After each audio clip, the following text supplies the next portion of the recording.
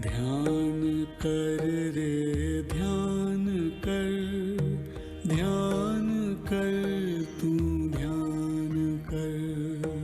ध्यान कर रे ध्यान कर, ध्यान कर तू ध्यान कर। प्राणाहुति धारा में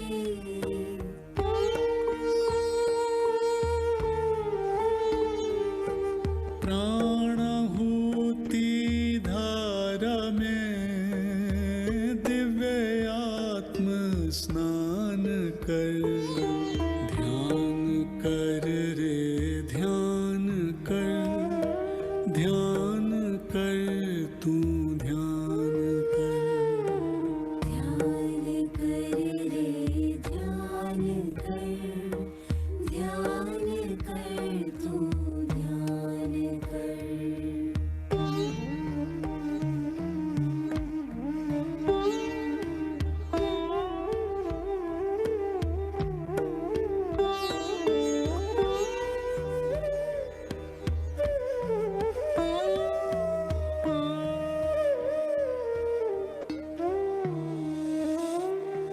जिसका ना कोई रूप है, ना रंग है, ना मिसाल है, रोशनी जो दिल में है, हल्का सा एक ख्याल है। सहज मार्ग की राह पे चल कर,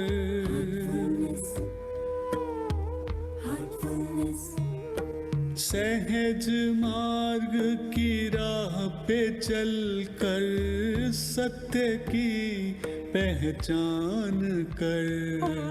ध्यान कर रे ध्यान कर, ध्यान कर तू ध्यान कर। ध्यान कर रे ध्यान कर, ध्यान कर तू ध्यान कर।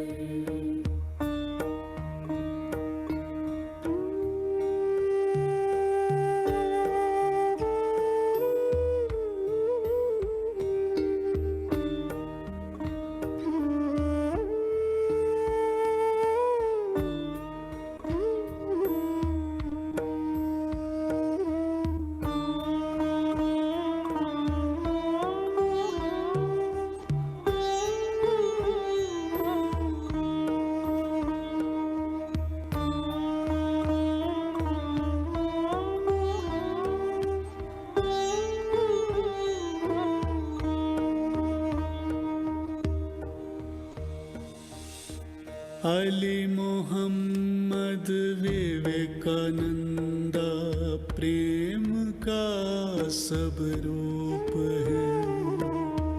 कृष्ण राधा मीरा जी सब प्रेम का ही स्वरूप है। बुद्धा नानक और कबीर ने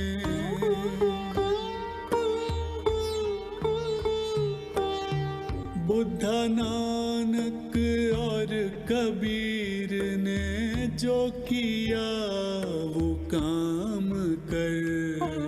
ध्यान कर रे ध्यान कर, ध्यान कर तू ध्यान कर। ध्यान कर रे ध्यान कर, ध्यान कर तू ध्यान कर।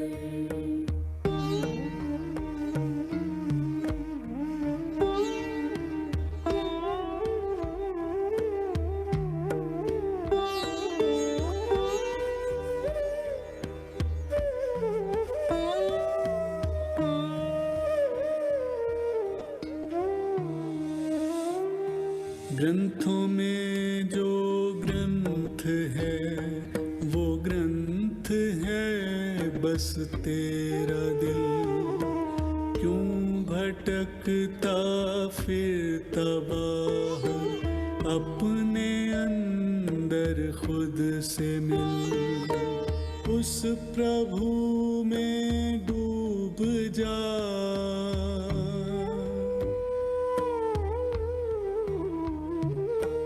उस प्रभु में डूब जा, अमृत रस तू पान कर। ध्यान कर रे ध्यान कर, ध्यान कर तू ध्यान कर। ध्यान कर रे ध्यान कर, ध्यान कर तू ध्यान कर।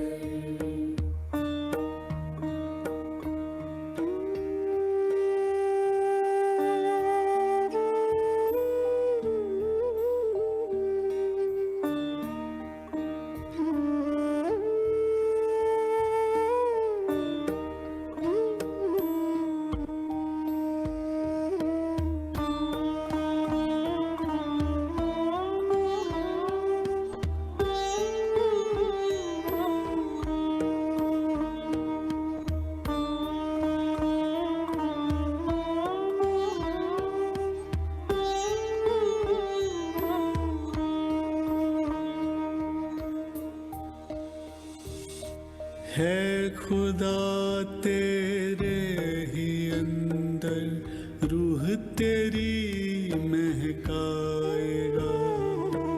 फैज़ ऐसा बरस रहा, सब उसमें लय हो जाएगा। मंजिलों को पाना है तो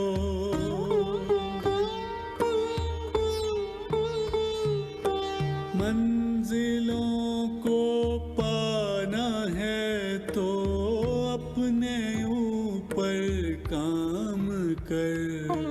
ध्यान कर रे ध्यान कर, ध्यान कर तू ध्यान कर।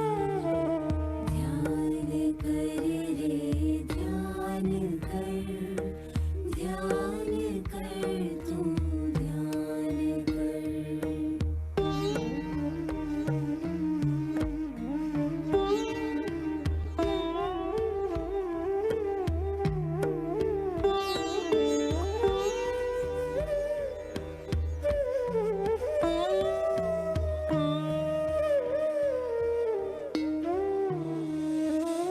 सूली पे लटका जो था, वो प्रेम की मिसाल है।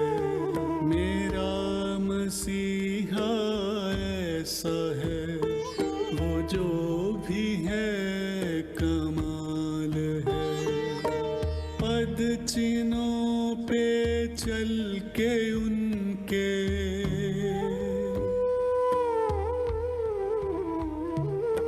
पद चिन्हों पे चल के उनके लक्ष्य की पहचान कर।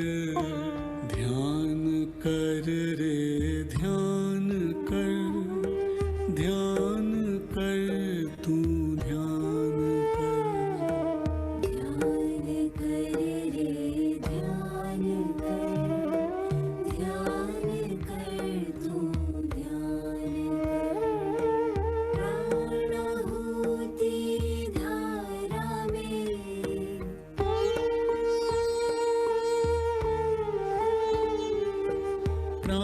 प्राणाहुति धारा में दिव्य आत्म स्नान कर। ध्यान कर रे ध्यान कर, ध्यान कर तू ध्यान कर। ध्यान कर रे ध्यान कर, ध्यान कर तू ध्यान कर। ध्यान कर तू ध्यान कर। ध्यान कर तू ध्यान कर। ध्यान कर तू ध्यान कर।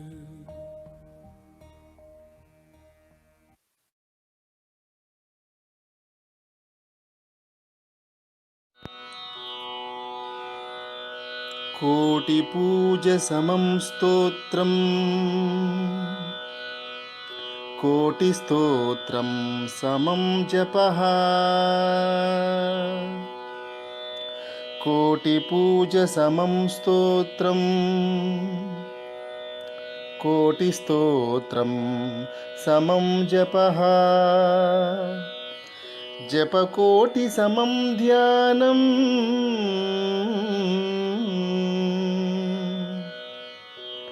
జపకోటి సమం ధ్యానం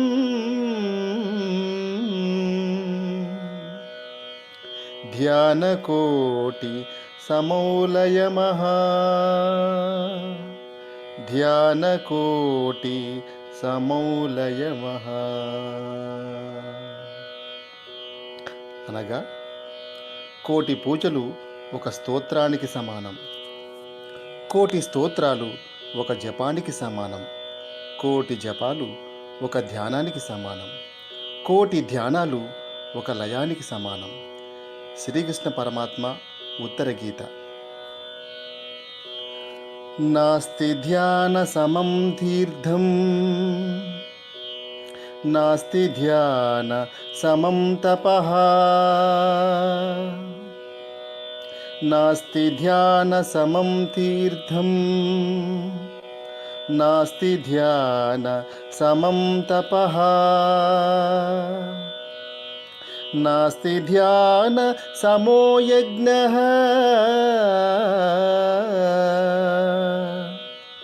నాస్తి ధ్యాన సమో యజ్ఞః తస్మాత్ ధ్యానం సమాచరేత్ తస్మాత్ ధ్యానం సమాచరేత్. ధ్యానంతో సమానమైన తీర్థం కానీ, ధ్యానంతో సమానమైన తపస్సు కానీ, ధ్యానంతో సమానమైన యజ్ఞాలు కానీ లేవు. అందువలన అన్నింటికన్నా ఉత్తమమైనది ధ్యానం. తప్పక అభ్యసించాలి. వ్యాస మహర్షి.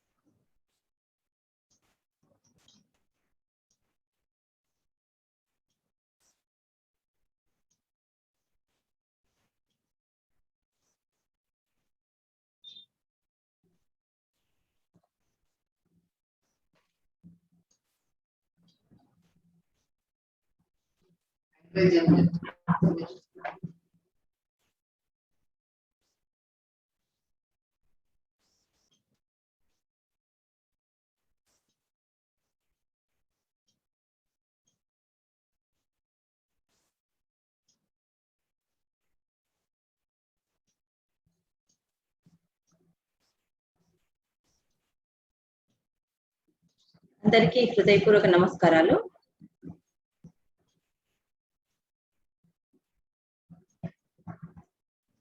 బ్రదర్ స్టార్ట్ చేయమంటారా? అందరికీ హృదయపూర్వక నమస్కారాలు. ఈరోజు 3వ రోజు ధ్యానోత్సవానికి విచ్చేసినటువంటి వారందరికీ కూడా నమస్కారాలు తెలియజేసుకుంటున్నాను. Slide brother. నా పేరు వడ్డపల్లి స్వరూపరాణి. నేను హార్ట్ఫుల్నెస్ సంస్థలో ట్రైనర్, సిద్దిపేట సెంటర్ కోఆర్డినేటర్. ఇప్పుడు మనం హార్ట్ఫుల్నెస్ సంస్థ గురించి మొదట తెలుసుకుందాము. హార్ట్ఫుల్నెస్ సంస్థ గ్లోబల్ హెడ్ క్వార్టర్స్ మన హైదరాబాద్ లో అతి సమీపంలో ఉంది. ఈ సంస్థ యొక్క ముఖ్య ఉద్దేశము, బ్రదర్ వాయిస్ వస్తుంది సైడ్ నుంచి.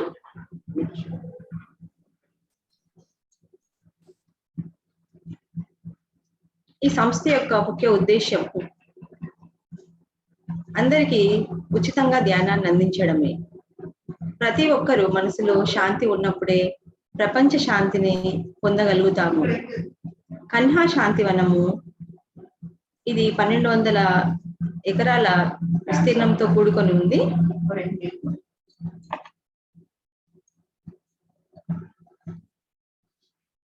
ప్రపంచంలోనే అతిపెద్దనైనటువంటి ధ్యాన కేంద్రము మనం ఇక్కడ చూడవచ్చు.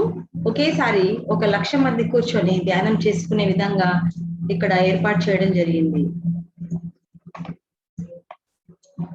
ఈ హార్ట్ఫుల్నెస్ సంస్థ గత 100 సంవత్సరాల నుంచి ఉచితంగా ధ్యానాన్ని అందిస్తోంది. మన హార్ట్ఫుల్నెస్ సంస్థ 160 దేశాలకు పైగా విస్తరించి ఉంది. హార్ట్ఫుల్నెస్ సంస్థలో కేవలము మెడిటేషన్ ప్రోగ్రామ్సే కాకుండా ఎన్నో రకాలైనటువంటి సేవా కార్యక్రమాలను ఏర్పాటు చేస్తున్నారు. మొన్న కోవిడ్ సమయంలో కూడా ఎంతో మందికి భోజనాన్ని అందించడం జరిగింది. రైల్వే స్టేషన్ లో, స్లమ్ ఏరియాస్ లో, ఇలా అనేక చోట్ల మన ఈ సంస్థ వారు సేవా కార్యక్రమాలను అందించారు. దీంతో పాటుగా యువతకి ముఖ్యంగా ఎవ్రీ ఇయర్ ఈ అఖిల భారత వ్యాసరచన పోటీ కార్యక్రమాలు, దీంతో పాటుగా విద్యార్థులకి ఎన్నో రకాలైనటువంటి ప్రోగ్రామ్స్ కండక్ట్ చేయడము, ఇలాంటివన్నీ కూడా మనము ఈ కేంద్రంలో చూడవచ్చు.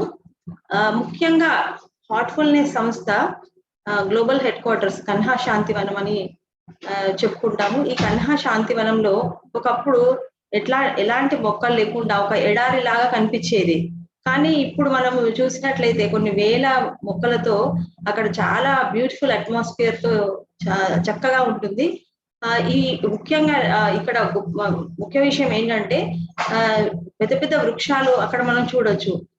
కొన్ని రోడ్డు వైపు మొక్కలను పెద్ద పెద్ద వృక్షాలను తీసేసినప్పుడు మన కన్హా టీం వాళ్ళు వెళ్ళి ఆ వృక్షాలను అన్నిటిని తీసుకొచ్చి మన కన్హా శాంతివనంలో ప్లాంటేషన్ చేయడం జరిగింది. మనము ఇప్పుడు అక్కడ ఆ వృక్షాలను కూడా చూడవచ్చు. వీటితో పాటు ఎన్నో రకాలైనటువంటి ఔషధ మొక్కలు, ఫ్రూట్స్, పండ్ల మొక్కలు, ఇవన్నీ కూడా అక్కడ చాలా బ్యూటిఫుల్ అట్మాస్ఫియర్. అక్కడికి వెళ్తేనే అసలు మన ఏది కూడా గుర్తుండదు, అంత పీస్ఫుల్ అట్మాస్ఫియర్ ఉంటుంది. అక్కడికి వెళ్ళిన తర్వాత మనకి బయట ప్రపంచం ఏది కూడా గుర్తుండదు, అంత బ్యూటిఫుల్ అట్మాస్ఫియర్ ఉంటుంది. తప్పకుండా మనం అందరం ఒకసారి చూడాల్సిన అవసరం ఉంది. బట్ ఇప్పుడు ఈ కరోనా వల్ల వెళ్ళే పరిస్థితి లేదు. సో ఇది మన తెలంగాణ ఉండడం మనం నిజంగా చాలా అదృష్టంగా భావించాలి. నెక్స్ట్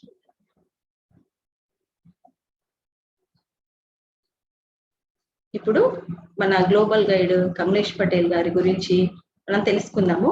కమలేష్ పటేల్ గారు, వారిని మనం ప్రేమగా దాజీ అని పిలుస్తాము.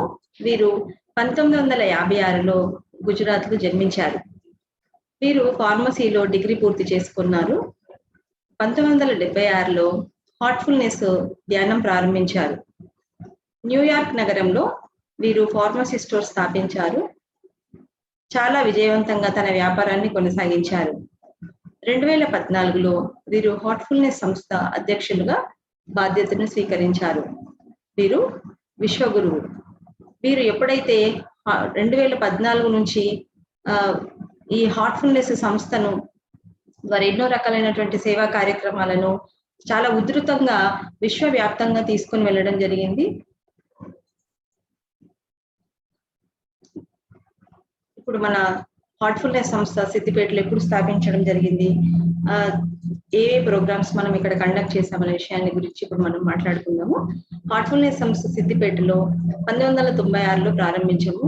చాలా అతి కొద్ది సంఖ్యలో 10లలో ఉన్నటువంటి అభ్యాసీలు ఈ రోజు 100ల స్థాయిలో చేరుకున్నారు.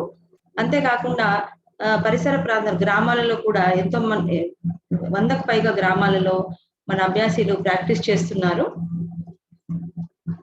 హార్ట్ఫుల్నెస్ సంస్థలో మనము ఎన్నో రకాలైనటువంటి శిక్షణ కార్యక్రమాలను సిద్దిపేటలో అందించడం జరిగింది. దాదాపుగా సిద్దిపేట లోకల్ లో అయితే చాలా ప్రోగ్రామ్స్ కండక్ట్ చేశాము. స్కూల్స్ అయితే దాదాపుగా అన్ని స్కూల్స్ కవర్ చేయడం జరిగింది. ప్రతి పిల్లలకి కూడా ధ్యానం అనేది చాలా అవసరము.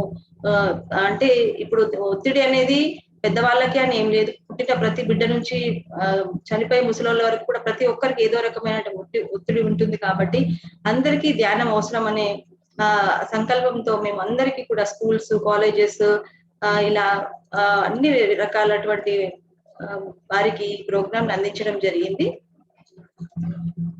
అంతేకాకుండా ఉపాధ్యాయులకు కూడా ఈ మెడిటేషన్ ప్రోగ్రామ్స్ కండక్ట్ చేయడం జరిగింది. 800 మంది ఉపాధ్యాయులకి ఎయిర్పోర్ట్ మోడల్ స్కూల్లో ట్రైనింగ్ సెషన్ జరిగినప్పుడు మనకు అవకాశం కలెక్టర్ గారు ఇవ్వడం జరిగింది. దీంతో పాటుగా ప్రైవేట్ స్కూల్స్ లో కూడా మనము ఉపాధ్యాయులకు కోచింగ్ 3 రోజులు శిక్షణ ఇవ్వడం జరిగింది. చాలా ఆనందించవలసిన విషయం ఇంకోటి ఏంటంటే పతంజలి యోగ సభ్యులు కూడా ఇందులో రీసెంట్ గా మన సహజ మార్గ ప్రాక్టీస్ స్టార్ట్ చేయడం జరిగింది. ఇంతకుముందు చెప్పుకున్నట్టుగా మనము ఎవ్రీ ఇయర్ సిద్దిపేటలో కూడా 15 సంవత్సరాల నుంచి ఇక్కడ ఎస్ఏ ఈవెంట్ కండక్ట్ చేస్తున్నాము. అంటే ఇక్కడ ముఖ్యంగా ఎస్ఏ ఈవెంట్స్ స్కూళ్ళలో కండక్ట్ చేస్తారు, కానీ ఈ స్పిరిచువల్ గా కూడా ఇలాంటి ప్రోగ్రామ్స్ వల్ల టీచర్స్ తో పిల్లలతో కలిపి మాట్లాడే విధంగా తల్లిదండ్రులతో ఒక మంచి అట్మాస్ఫియర్ ఏర్పడాలనే ఉద్దేశంతో ప్రతి సంవత్సరం ఈ ఎస్ఏ ఈవెంట్ కూడా కండక్ట్ చేస్తున్నాము. ఇక్కడ చాలా మంచి స్పందన ఉంది. ఎవరైతే ఇందులో పార్టిసిపేషన్ అయిన వాళ్ళు, ఇందులో గెలిచిన వారికి సర్టిఫికెట్స్, మెమోంటమ్స్ ఎవ్రీ ఇయర్ ప్రదానం చేయడం జరుగుతుంది. ఈ కరోనా పీరియడ్ లో కూడా ఆన్లైన్ ద్వారా ఈ ప్రోగ్రామ్ ని కండక్ట్ చేస్తున్నాము. దీంతో పాటుగా చుట్టుముట్టు గ్రామాలు అంటే 5 గ్రామాలలో ఈ ధ్యానోత్సవ ప్రోగ్రాములు ఎంతో విజయవంతంగా చేయడం జరిగింది. అక్కడ కూడా రెగ్యులర్ గా ప్రాక్టీస్ చేస్తున్నారు. Next, so Heartfulness education trust వారు కూడా మనకి ఈ ఎడ్యుకేషన్ లో కొన్ని ప్రోగ్రామ్స్ డిజైన్ చేయడం జరిగింది. ఇప్పుడు హార్ట్ఫుల్నెస్ కరిక్యులం లో ఇది 1 నుంచి 9వ తరగతి విద్యార్థులకు ఎలాంటి ఎడ్యుకేషన్ ఇవ్వాలి, కేవలం చదువు ఒకటే కాకుండా దాంతో పాటు కొన్ని విలువలతో కూడిన ఎడ్యుకేషన్ అనేది ఎలా అందించాలని మోడ్యూల్స్ తయారు చేయడం జరిగింది. ఇది ఆంధ్రప్రదేశ్ లో సక్సెస్ఫుల్ గా అన్ని రెసిడెన్షియల్ స్కూళ్ళల్లో చేయడం జరిగింది. మన తెలంగాణలో కూడా కొన్ని స్కూల్స్ లలో స్టార్ట్ చేశాము. దీంతో పాటుగా హెల్ప్, ఇది 10th నుంచి 12th క్లాస్ వరకు విద్యార్థులకు జీవన నైపుణ్యాల గురించి స్కిల్ డెవలప్మెంట్స్ అనేటివి 16 వారాల మాడ్యూల్స్ ఉంటాయి ఇందులో. ఇవేంటంటే పిల్లల లోపల అంటే ఎడ్యుకేషన్ ఏ రకంగా చదవాలి, ఎలా ఉండాలి మనం లైఫ్ లో అనే దానిపైన స్ట్రెస్ కి, ఎడ్యుకేషన్ అనేది కొందరు భయపడుతుంటారు, మ్యాథ్స్ సబ్జెక్ట్ అంటే భయం ఉంటుంది. సో ఇవన్నీ కూడా ఈ స్ట్రెస్ వల్ల వీళ్ళు ఏవి కూడా కరెక్ట్ గా చేయలేకపోతారు. ఈ ప్రోగ్రామ్ ద్వారా మనం సిద్దిపేటలో గజ్వేల్లో చేసాము 16 weeks. అక్కడ చాలా బ్యూటిఫుల్ గా స్పందన వచ్చింది. అక్కడ ప్రిన్సిపల్ వాళ్ళు కూడా ఆఫ్టర్ 16 weeks పిల్లల్లో వచ్చినటువంటి మార్పుని మనతో షేర్ చేసుకోవడం జరిగింది. సో ఇప్పుడు ఈ ప్రోగ్రామ్స్ అన్ని స్కూళ్ళల్లో కూడా చేయాలనే సంకల్పంతో ఉన్నాము. దీంతో పాటుగా హెల్మ్, ఇది డిగ్రీ అండ్ పీజీ విద్యార్థులకి ఈ ప్రోగ్రామ్ ని చేయడం జరుగుతుందండి. ఇక్కడ సిద్దిపేటలో మన మెడికల్ కాలేజ్ లో ఈ ప్రోగ్రామ్ ని కండక్ట్ చేశాము. దీంతో పాటుగా టీచర్స్ కి కూడా గుడ్ టీచర్ ఎలా ఉండాలి, టీచర్స్ కి విద్యార్థులకు మధ్య సంబంధం ఎలా ఉండాలి అనే దానిపైన ఇన్స్పైర్ అనే ప్రోగ్రామ్ ని కూడా కండక్ట్ చేయడం జరిగింది. నెక్స్ట్, ఈ హార్ట్ఫుల్నెస్ సంస్థ వారు వెల్నెస్ ప్రోగ్రామ్స్ వౌ టు వౌ అంటే ఈ ప్రోగ్రామ్ ఏంటంటే వివాహం చేసుకోవాలని ఎవరైతే డిసైడ్ అవుతారో వారికి కొన్ని టాపిక్స్ ఉంటాయి, వాటిపైన కూడా ట్రైనింగ్ ఇవ్వడం జరుగుతుంది. ఇది కన్హా శాంతివనంలో ఈ ప్రోగ్రామ్స్ చాలా జరిగాయి. వీటిలో కొన్ని అంశాలు ఈ సామాజిక చట్టపరమైన అంశాల గురించి, శారీరక అంశాల గురించి, పౌష్టిక, సాంస్కృతిక సున్నితత్వము, సంభాషణ నైపుణ్యాలు, హార్ట్ఫుల్నెస్ వివాహంలో ఆర్థిక అంశాలు, ఈ టాపిక్స్ పైన వీళ్ళకి ట్రైనింగ్ ఇవ్వడం జరుగుతుంది. దీంతో పాటుగా జాయ్ఫుల్ ప్రెగ్నెన్సీ, ఈ ప్రోగ్రామ్ ఏంటంటే దీనిని దివ్యజనని అని పేరుతో మనం కండక్ట్ చేస్తున్నాము. అంటే ఒక మదర్ ప్రెగ్నెన్సీ అయిన మొట్టమొదటి నెల నుంచి ఆఫ్టర్ డెలివరీ తర్వాత బాబుకు 2 years వచ్చే వరకు కూడా ఎలా ఉండాలి, ఆ మదర్ ఎలా ఉండాలి, అత్తమామలు ఎలా ఉండాలి, హస్బెండ్ ఎలా సపోర్ట్ చేయాలి, ఎలాంటి ఫుడ్ తీసుకోవాలి, ఎలాంటి యాటిట్యూడ్ ఉండాలి, తర్వాత ఈ మెడిటేషన్ హార్ట్ఫుల్నెస్ మెడిటేషన్ ఒక ప్రెగ్నెన్సీ లేడీకి వాళ్ళ బిడ్డకి ఎలా యూజ్ అవుతుంది అనే దానిపైన ఈ ప్రోగ్రామ్ ఉంటుంది. ఇది 1000 days ప్రోగ్రామ్ అండి. ఈ ప్రోగ్రామ్ కూడా మనము కండక్ట్ చేస్తున్నాము. తర్వాత సిఎంఈ, ఇది వైద్య నిపుణులకు ఒక ప్రత్యేక కార్యక్రమం, మెడికల్ స్టూడెంట్స్ కి వాళ్ళకి ఇది చాలా యూస్ఫుల్ గా ఉంటుంది. ఇది సిద్దిపేట ఆల్రెడీ స్టార్ట్ అయింది. అండ్ నెక్స్ట్ బ్రదర్, ఇప్పుడు మన సిద్దిపేట జిల్లా జడ్జి గారిని పరిచయం చేసే ముందు వారి గురించి కొన్ని విషయాలను తెలుసుకుందాము. శ్రీమతి పూజా కందుకూరి గారు, వీరు సిద్దిపేట జూనియర్ సివిల్ జడ్జి గారు. వీరు శ్రీమతి అర్చన మరియు శ్రీనివాస్ వారి కుమార్తె. వీరు మన హైదరాబాద్ లో జన్మించి అక్కడే విద్యాభ్యాసం పూర్తి చేశారు. శ్రీ కాశీ సోమయాజులు అభిషేక్ గారితో వీరి వివాహం జరిగింది. వీరి విద్యాభ్యాసము BBA CPAI యూనివర్సిటీలో LLB పూర్తి చేశారు. డిసెంబర్ 2017లో జూనియర్ సివిల్ జడ్జిగా బాధ్యతలను స్వీకరించారు. ఇప్పుడు మనం మేడం ని సవినయంగా ఆహ్వానిద్దాము. Madam, welcome. థ్యాంక్ యూ అండి. ఆడియో వీడియో క్లియర్ గానే ఉందా అండి? హలో హలో, వినబడుతుంది? ఓకే. ఫస్ట్ గా ఈ ప్రోగ్రామ్ అటెండ్ అవుతున్న అందరికీ నా నమస్కారం. నన్ను పిలిచినందుకు, చీఫ్ గెస్ట్ గా పిలిచినందుకు, ఈ అవకాశం ఇచ్చినందుకు కోఆర్డినేటర్స్ కి నా ధన్యవాదాలండి. హార్ట్ఫుల్నెస్ తో నాకు చాలా ఇయర్స్ నుంచి పరిచయం. ఫస్ట్ నాకు ఈ ప్రోగ్రామ్ గురించి మా కజిన్ ద్వారా తెలిసింది. ఈ ప్రోగ్రామ్ ఇక్కడే కాదు, ప్రపంచం అంతా చాలా ఫేమస్. జస్ట్ ఇండియన్సే కాదు, వరల్డ్ వైడ్ ఫారినర్స్ అందరూ కూడా దీన్ని చాలా ఫాలో అవుతారు. ఈ 2 days లో అందరూ అబ్జర్వ్ చేసి ఉంటారు. ఈ ప్రోగ్రామ్ ఒక మెయిన్ ఫోకస్ మెడిటేషన్. మెడిటేషన్ అనేది ఇండియాలో పూర్వం నుంచి చాలా గొప్ప సాధన. మన దగ్గర నుంచే ఈ కాన్సెప్ట్ వరల్డ్ వైడ్ గా స్ప్రెడ్ అయ్యిందని కూడా మనం చెప్పొచ్చు. కానీ గడుస్తున్న కాలంతో పాటు మనం మెడిటేషన్ ని మర్చిపోయాము. మేబీ ఇంతకుముందు తరాల వాళ్ళకి అంత ఇంపార్టెంట్ కాకపోయి ఉండొచ్చు మెడిటేషన్. బికాస్ చాలా మందికి లైఫ్ ప్రశాంతంగా, కొంచెం స్ట్రెస్ లేకుండా గడిచింది. కానీ ఇప్పుడు అలా లేదు. అందరం స్ట్రెస్ లోనే జీవిస్తున్నాము.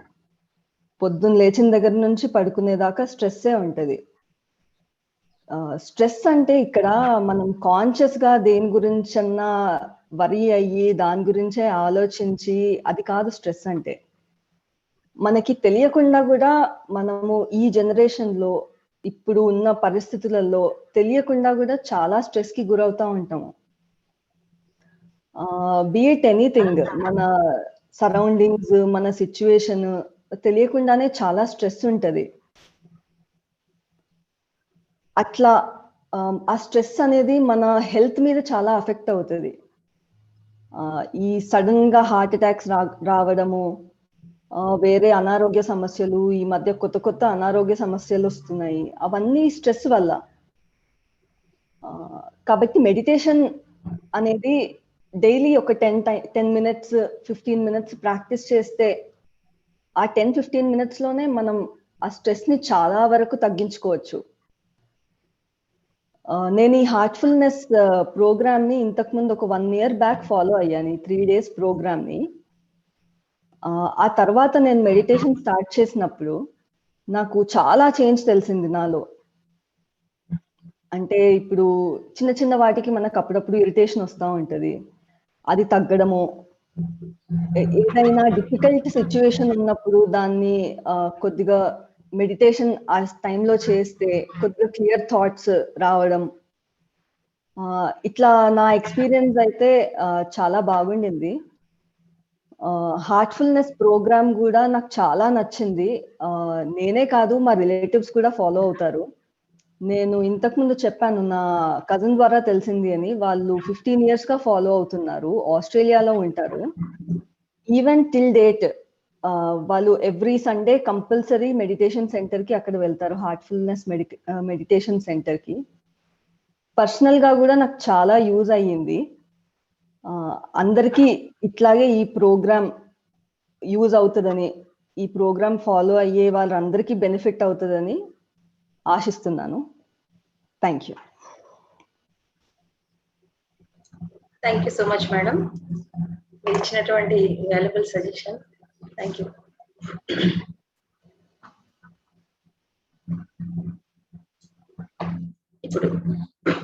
ఇప్పుడు మనం సిద్దిపేట జోనల్ కోఆర్డినేటర్ నడుపల్లి వెంకటకృష్ణారావు గురించి మనం వారిని ఆహ్వానించే ముందు వారి గురించి కొన్ని విషయాలను తెలుసుకుందాము.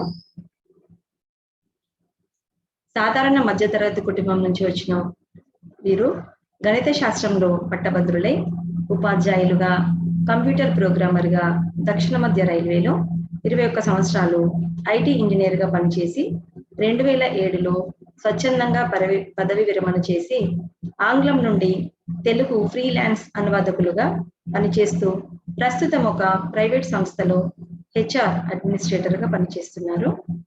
వీరి దంపతులు 2 సంతానము, ఒక కుమారుడు, ఒక కుమార్తె. ఇక కృష్ణారావు బ్రదర్ ఆధ్యాత్మిక విషయానికి వచ్చినట్లయితే ఊహత వచ్చినప్పటి నుంచి ఆధ్యాత్మికత వైపు సత్యాన్వేషణ దిశగా ఎక్కువగా మొగ్గు చూపేవారు. గత 30 సంవత్సరాలుగా హార్ట్ఫుల్నెస్ సంస్థలో ధ్యాన సాధన కొనసాగిస్తున్నారు. వీరు హార్ట్ఫుల్నెస్ ధ్యాన ప్రశిక్షకులు కూడా. గత 28 సంవత్సరాలుగా సంస్థ ఆధ్యాత్మిక సాహిత్యాన్ని తెలుగులో అనువదించటంలో క్రియాశీలకంగా ఉన్నారు. ప్రస్తుతము వీరి గురుదేవులు వీరికి తెలంగాణ రాష్ట్రంలో 5 జిల్లాలకు జోనల్ కోఆర్డినేటర్ గా బాధ్యతలను అప్పగించారు. తనను తాను శాశ్వత యోగ విద్యార్థిగా చెప్పుకుంటారు. వీరు తెలంగాణలో 30కి పైగా ధ్యానోత్సవ కార్యక్రమాలను కూడా నిర్వహించారు. ఎంతో మంది ప్రాక్టీషనర్స్ ఇందులో కొత్తగా వారిని ఆహ్వానించడం జరిగింది. Welcome brother.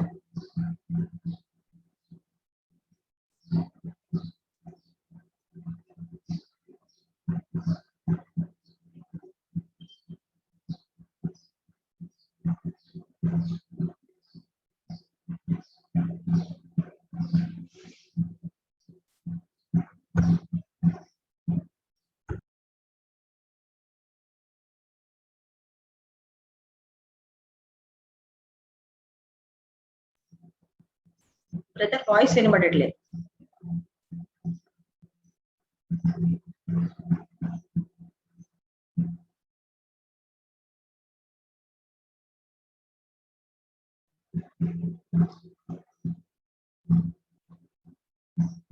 బ్రదర్ వాయిస్ రావట్లేదు బ్రదర్.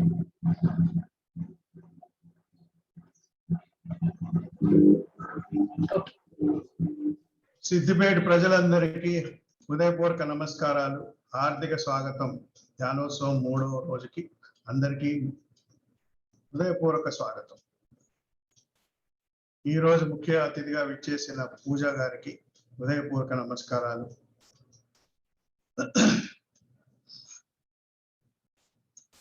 వినిపిస్తుందా? వాయిస్ క్లియర్ ఉందా? క్లియర్ గా ఉంది.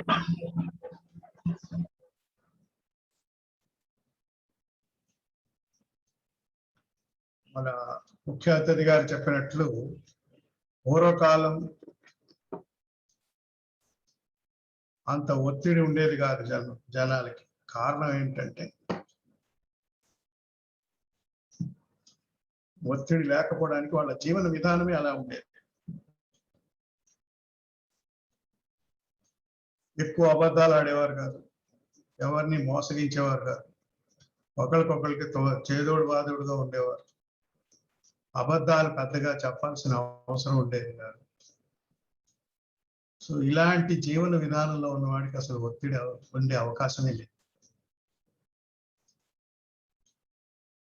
ఇప్పుడు ఒత్తిడికి అనేక కారణాలు, ఇవి కాకుండా అవన్నీ మనం సృష్టించుకున్నవి, మనిషి సృష్టించుకున్నాయి ఒత్తిళ్ళన్నీ. చాలా వరకు ఎవరికి వారు మనం ఈ ఒత్తిడిని సృష్టించుకోవడం వల్లే మనం ఇటువంటి పరిస్థితుల్లోకి ఉండవలసి వస్తాం. దానికి పరిష్కారం లేదనుకుంటూ జీవించేస్తున్నాం. ఒత్తిడే జీవన విధానంగా మనకు అలవాటైపోయింది.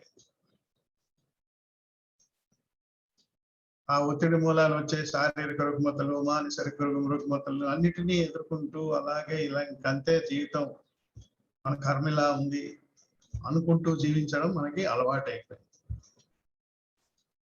ఒక్కోసారి ఇది ఆత్మహత్య కూడా దారితీస్తుంది. ఈ ఒత్తిడి మామూలు విషయం కాదు. ఒత్తిడి అంటే చాలా మంది ఏమనుకుంటారంటే కేవలం వర్రీలు అనుకుంటారు. కాదు. ఒత్తిడి ఎప్పుడు వస్తుందంటే సమస్య పెద్దది, మన సమర్థత చిన్నది. అంటే మనం ఎదగలేదు. మనం ఎదగనప్పుడు వచ్చే సమస్యలు, ఆ వయసుకి తగ్గ సమస్యలు ఎదుర్కొనే పరిస్థితి మనకి లేనప్పుడు మనకి ఒత్తిడి వస్తుంది. అలాగే పని ఎక్కువ ఉంది, సమయం తక్కువ ఉంది, ఒత్తిడి వస్తుంది.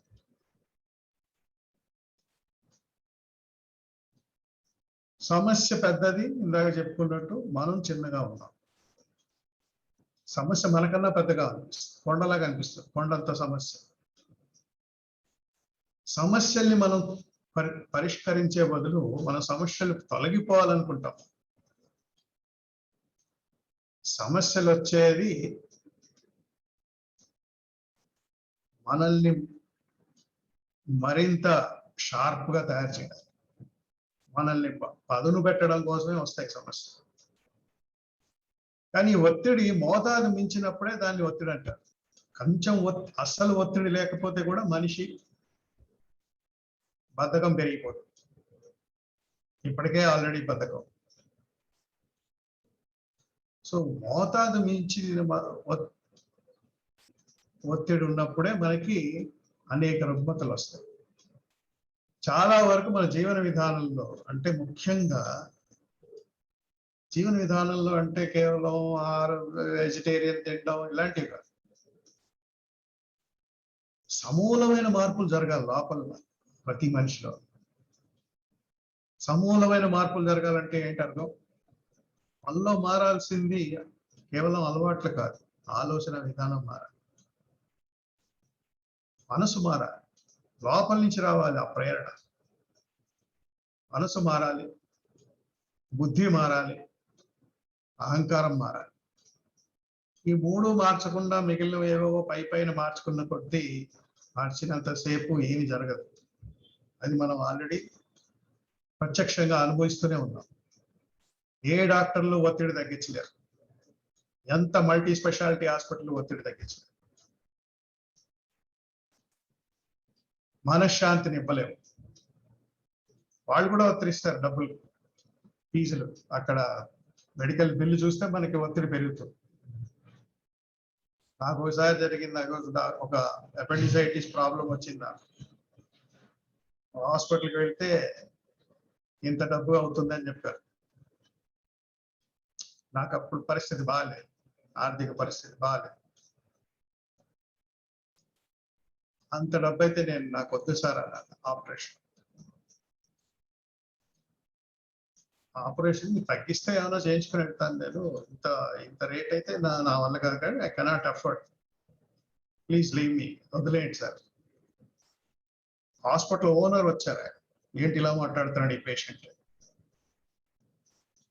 ఎప్పుడో ఓనర్ రాడంట ఇలాంటి విషయాలు, ఆ రోజు వచ్చారంట. మిగిలిన వాళ్ళు ఎవరు చెప్పారో నేను వెళ్ళలేదు. నేను ఇంటికి వెళ్ళిపోతాను, నన్ను వదిలేసేయాలి, డిశ్చార్జ్ చేసేయండి. ఓహో, ఇప్పుడు ఇంకా ఓనర్ వచ్చారు, హాస్పిటల్ ఓనర్ వచ్చి, ఏమయ్యా ఏమంటున్నావు నువ్వు, చచ్చిపోతావు నువ్వు, ఏమనుకుంటున్నావు, చచ్చిపోతావు నువ్వు, అలా ఆపరేషన్ చేయించుకోకపోతే చచ్చిపోతావు, appendicitis operation. Then I said, I prefer death. I prefer to die because I can't afford. So నాకున్న ప్రాబ్లంకి ఈ బిల్లు ఒత్తిడి పెంచింది. And I was even ready to die. ఆ ఒత్తిడి అంత ఉందన్నమాట. నాకు డెత్ చిన్నగా అనిపించింది. వీళ్ళకి బిల్లులు ఇచ్చుకుంటూ కూర్చే బదులు నేను ఇంటికి వెళ్ళి నాకు సుఖంగా ప్రాణం వదిలేయడం, ఎలాగైనా ప్రాణం వదలాల్సింది ఏదో ఒక రోజు. What is so big about it? 10 సంవత్సరాల తర్వాత వెళ్ళేవాళ్ళు, 10 సంవత్సరాల ముందు వెళ్తాం, అంతే కదా. అలా అనగానే పాపం ఆయన డాక్టర్ పాపం వెంటనే బిల్లు తగ్గించాడు. బిల్లు తగ్గించిన తర్వాత నేను ఆపరేషన్ చేసుకుని వచ్చాను. ఎందుకు చెప్తున్నానంటే ఒత్తిడి అలాంటి, it can even lead to death. ఒత్తిడి ఆత్మాహుతి, ప్రాణాన్ని కూడా లెక్క చేయకుండా పరిస్థితి వచ్చేస్తుంది. అటువంటి పరిస్థితి రాకుండా జీవించడం చాలా చాలా చాలా చాలా ముఖ్యం. తర్వాత మనకి పరిష్కారం ఎక్కడి నుంచో పైనుంచి ఆకాశం నుంచి ఎవరో వచ్చి ఏదో మ్యాజిక్ చేస్తారని మనం చాలా వెయిట్ చేస్తూ ఉంటాం. అలా వెయిట్ చేస్తూ ఓ రోజు చచ్చిపోతాం. మనం చేయాలి. మనం ఈ దిశగా మనం ఏదైనా పరిష్కారం ఆలోచించాలి అన్న ఆలోచన ఉండదు మనకి. దానికి కూడా టైం లేదు మనకి. చాలా మంది చెప్పే రీజన్ ఏంటంటే నాకు టైం లేదు. టైం లేదు అంటే చాలా డేంజరస్ పదం అది. టైం లేదనకండి ఎప్పుడు. టైం లేదంటే అర్థం ఏంటంటే ప్రాణం వెళ్ళిపోయే సమయం వచ్చిందని అర్థం. టైం లేదు, మీ ఉద్దేశం అది కాదు. టైం లేదన్నప్పుడు నాకు టైం మేనేజ్ చేయడం చేత కావట్లేదు అనొచ్చు. I'm not able to manage time అనొచ్చు, కానీ ever say I don't have time. నాకు చేత కావట్లేదు సార్ టైం మేనేజ్మెంట్ చేయడం. నాకు అవసరమైన సమయాన్ని నేను చేజిక్కించుకోలేకపోతున్నాను. ఇరుక్కుపోయాను నేను. ఇలాంటి పరిస్థితుల్లో ఇరుక్కుపోయాను. బయటికి రావాలన్నా రాలేకపోతున్నాను. పొద్దున్నే లేవాలని ఉంటుంది, కానీ రాత్రి లేటుగా పడుకోవడం వల్ల లేవలేకపోతున్నాను నేను. లేవగానే ఆఫీసు పనిలోకి పరిగెత్తాల్సి వస్తుంది. రాగానే ఇంట్లో ఒత్తిళ్లు ప్రారంభమవుతాయి. ఎక్కడ ఖాళీ ఉంది నాకు? ఏం చేయగలను నేను అనే పరిస్థితుల్లో అలా కూడా అనుకోవట్లేదు జనాలు. అలాగే బతికేస్తున్నారు. పరిష్కారం చూపించినా సరే సమయం లేదంటున్నారు. కాసేపు ధ్యానం చేసుకోవయ్యా, నీకోసం నువ్వు కొంచెం సమయం ఇచ్చుకోవయ్యా. కొంచెం కొంచెంగా నువ్వు దాంట్లో నుంచి బయటపడిపోతావు. ఇప్పుడు 2 రోజులు నేను చెప్తున్నాను, నేను 90 రోజులు ధ్యానం చేయండి. ఇప్పుడు కాదు, నేను ఇందాక సిస్టర్ చెప్పినట్టు తెలంగాణలో మా గురువు గారు ఎప్పటి నుంచో గురువుల పరంపర 100 సంవత్సరాలు చెప్తానే ఉన్నారు. మానవాడు చేతిలో మందు ఉంది, మందు వేసుకోవడానికి మనకి టైం లేదంటే దేవుడు కూడా ఏం చేయలేడు.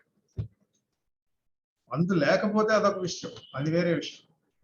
మందు చేతిలో ఉంది, అది నోట్లో వేసుకోవడానికి టైం లేదు. 90 రోజులు చేయాలంటే అయ్యి బాబోయ్ అంత టైం మా దగ్గర లేదు. సో వెలుతురుకి విరుద్ధంగా మనం ఎప్పుడైతే ప్రయాణిస్తామో చీకట్లోకే ప్రయాణిస్తాం అన్న సంగతి మర్చిపోతున్నాం. ఇలాంటి పరిష్కారాలు మనకు అందుబాటులోకి వచ్చినప్పుడు మనం వినియోగించుకోకపోతే మరి ఇంకా చీకట్లోకి ప్రవేశిస్తున్నాం. కనీసం ప్రయత్నించి చూడాలి. ఎన్నాళ్ళు ప్రయత్నించాలి సార్? సమయం ఉంటుంది, ప్రతిదానికి సమయం ఇవ్వాలి. ఈవెన్ మందైనా సరే నోట్లో వేసుకొని వెంటనే తగ్గిపోదు రోగం. అది లోపలికి వెళ్ళాలి, పని చేయాలి. దానికి సమయం ఇవ్వనంటే ఎలాగా? గుడ్డు ఉడకాలంటే కూడా మీకు సమయం కావాలి. అన్నం ఉడకాలంటే సమయం కావాలి. పిల్లలు ఎదగాలంటే సమయం కావాలి. మొక్క వృక్షం అవ్వాలంటే సమయం కావాలి. మనం ఎదగాలంటే కూడా మనకి సమయం కావాలి. ఆ సమయం ఉంది. సమయం మీరు ఉందనుకుంటే ఉంది, లేదనుకుంటే ఉండదు. ఎవరికి ఎక్స్ట్రా సమయం లేదు. అందరికీ ఉన్నది 24 గంటలే. 24 గంటలు ఎంత విజ్ఞతతో మనం వినియోగించుకుంటాం అనేది మన చేతిలో.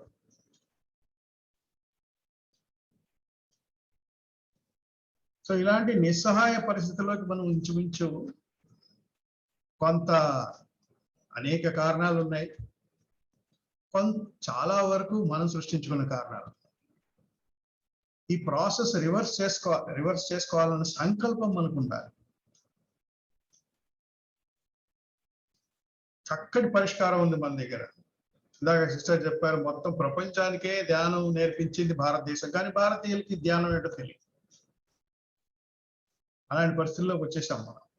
అంత దూరం వచ్చేసాం. వెలుతురు నుంచి వీపు పెట్టేసి వెలుతురు వైపు వీపు పెట్టుకుని నడుచుకుంటూ వచ్చేసాం. ఎంత చీకట్లోకి వచ్చేసాం అంటే అసలు ధ్యానం మన దగ్గరదా, మనం నేర్పించామా? అదేంటి మనకు తెలియదు, మన తాతలు చెప్పలేదు, మన ముత్తాతలు చెప్పలేదు మనకి ధ్యానం ఎలా చేయాలో. ధ్యానం ధ్యానం ధ్యానం అంటారు. ధ్యానం అయితే చేయకపోతుందా? ధ్యానమే ఎందుకు? ఇంకేం మార్గం లేదా? మిగిలిన అనేక మార్గాలు ఉన్నాయి, కానీ అవి ఉపశమనాన్ని మాత్రం ఇస్తాయి. రోజు మంచి సంగీతం విన్నా రిలాక్స్ అవుతారు, కాస్త ఒత్తిడి తగ్గుతుంది. కాస్త అలా నడక వాకింగ్ చేసినా కాస్త ఒత్తిడి తగ్గుతుంది. మంచి మనుషులతో కాసేపు సమయం గడిపినా ఒత్తిడి తగ్గే అవకాశం. ఇవన్నీ ఉపశమన పరిష్కారాలు కావు. ఏదైనా మంచి మాటలు వింటుంటే కూడా ఉపశమనం కలుగుతుంది, కానీ పరిష్కారం కాదు. పరిష్కారం ఏం చేయాలి? ఎవరికి వారు చేసుకోవాల్సింది పరిష్కారం. ఇక్కడ అశాంతిగా ఉన్నది ఏంటి? మన మనసు, మన బుద్ధి, మన అహంకారం అన్ని రెచ్చిపోయి ఉన్నాయి. అన్ని రెచ్చిపోతున్నాయి, రోజు రోజుకి రెచ్చిపోతున్నాయి తప్ప తగ్గట్లేదు, తగ్గుముఖం పట్టట్లేదు. విపరీతమైన ఆలోచనలు పెరిగిపోయాయి రోజు. మన అంటారు సైకాలజిస్ట్ లేకపోతే సైకాట్రిక్స్ వాళ్ళు చెప్తున్నది ఏంటంటే, మానసిక శాస్త్రవేత్తలు చెప్తున్నది ఏంటంటే, రోజుకి 72,000 ఆలోచనలు వస్తాయట. మరి ఎలా లెక్కెట్టారు నాకు తెలియదు. వాళ్ళ 72,000 ఆలోచనలు వస్తే మనసు ఎలా ఉంటుంది? కళ్ళు తాగిన కోతిలో ఉంటుంది.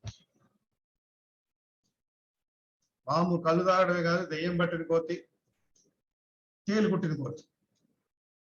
అసలే కోతి కళ్ళు తాగింది, దెయ్యం పట్టింది, తేలు కొట్టింది అంటే ఇంకెలా ఉంటుంది? అటువంటి మనసుతోటి మనం ఏం చేస్తాం? ఏం చేస్తే మనకి సుఖం ఉంటుంది? అది మూలం. మనస్సుని క్రమశిక్షణలో పెట్టడం అనేది మూలమైన పరిష్కారం. ఆ మనసుని క్రమశిక్షణలో పెట్టడం అనేది ధ్యానం వల్ల తప్ప మరే మార్గం లేదు. ఎందుకు ఇంతలా ఉచితంగా గత 100 సంవత్సరాలుగా లాభాపేక్ష, ఎటువంటి లాభాపేక్ష లేకుండా ఈ సంస్థ ఎందుకు ధ్యానాన్ని అందరికీ అందించాలని తాపత్రయపడుతుందంటే ఇందుకే. దీనికి డబ్బులు పెట్టానంటే మళ్ళీ దానికి ఒత్తిడి, మీకు జనానికి ఒత్తిడి, నేర్చుకోవడానికి కూడా ఒత్తిడి. కానీ విచిత్రం, డబ్బులు ఉంటేనే వస్తారు జనాలు. లక్షలు పెట్టి మల్టీ స్పెషాలిటీ హాస్పిటల్కే వెళ్తారు. ఫ్రీగా చేస్తారంటే ఆలోచిస్తారని అనుమానిస్తారు. అలా అయిపోయింది మన మనసుతో. కనీస ప్రయత్నం కూడా చేయకుండా అలాంటి నిర్ధారణకు వచ్చేసేటువంటి విధంగా మనం మానసిక ఆలోచన విధానం కరప్ట్ అయిపోయిందని కూడా తెలియదు మనకి. సో మూలం మనస్సును క్రమశిక్షణలో పెట్టాలి. బుద్ధి అన్ని రకాలు ఎంత వక్రంగా పనిచేయాలో అంత వక్రంగానూ పనిచేస్తాం. మనకే ఉపయోగపడట్లేదు, అవతల వాడి సంగతి వదిలేదు. మనశ్శాంతి ఎక్కడొస్తుంది?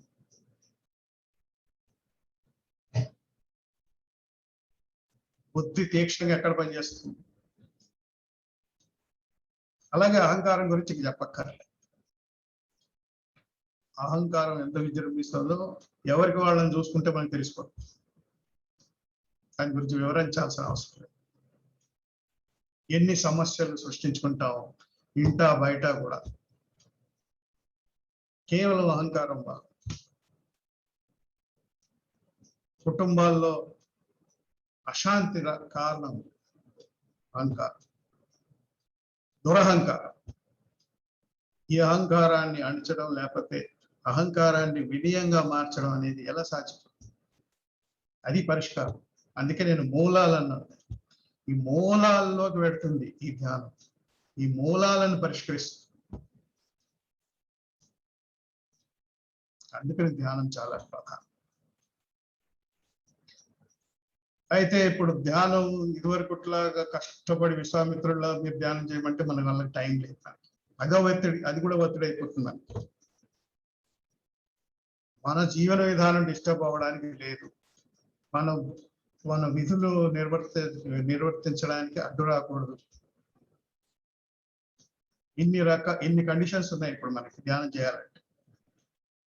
రోజు గంట చేయమంటేనే, పొద్దున్న అరగంట చేయండి, 10 నిమిషాలు చేయమంటే కూడా టైం లేదనే పరిస్థితులు ఉన్నప్పుడు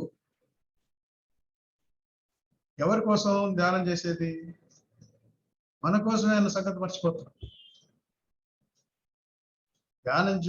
మనం ధ్యానం చేస్తే హార్ట్ఫుల్నెస్ సంస్థకి ఏమీ లాభం లేదు, ప్రయోజనం ఏం లేదు. మనకే ప్రయోజనం.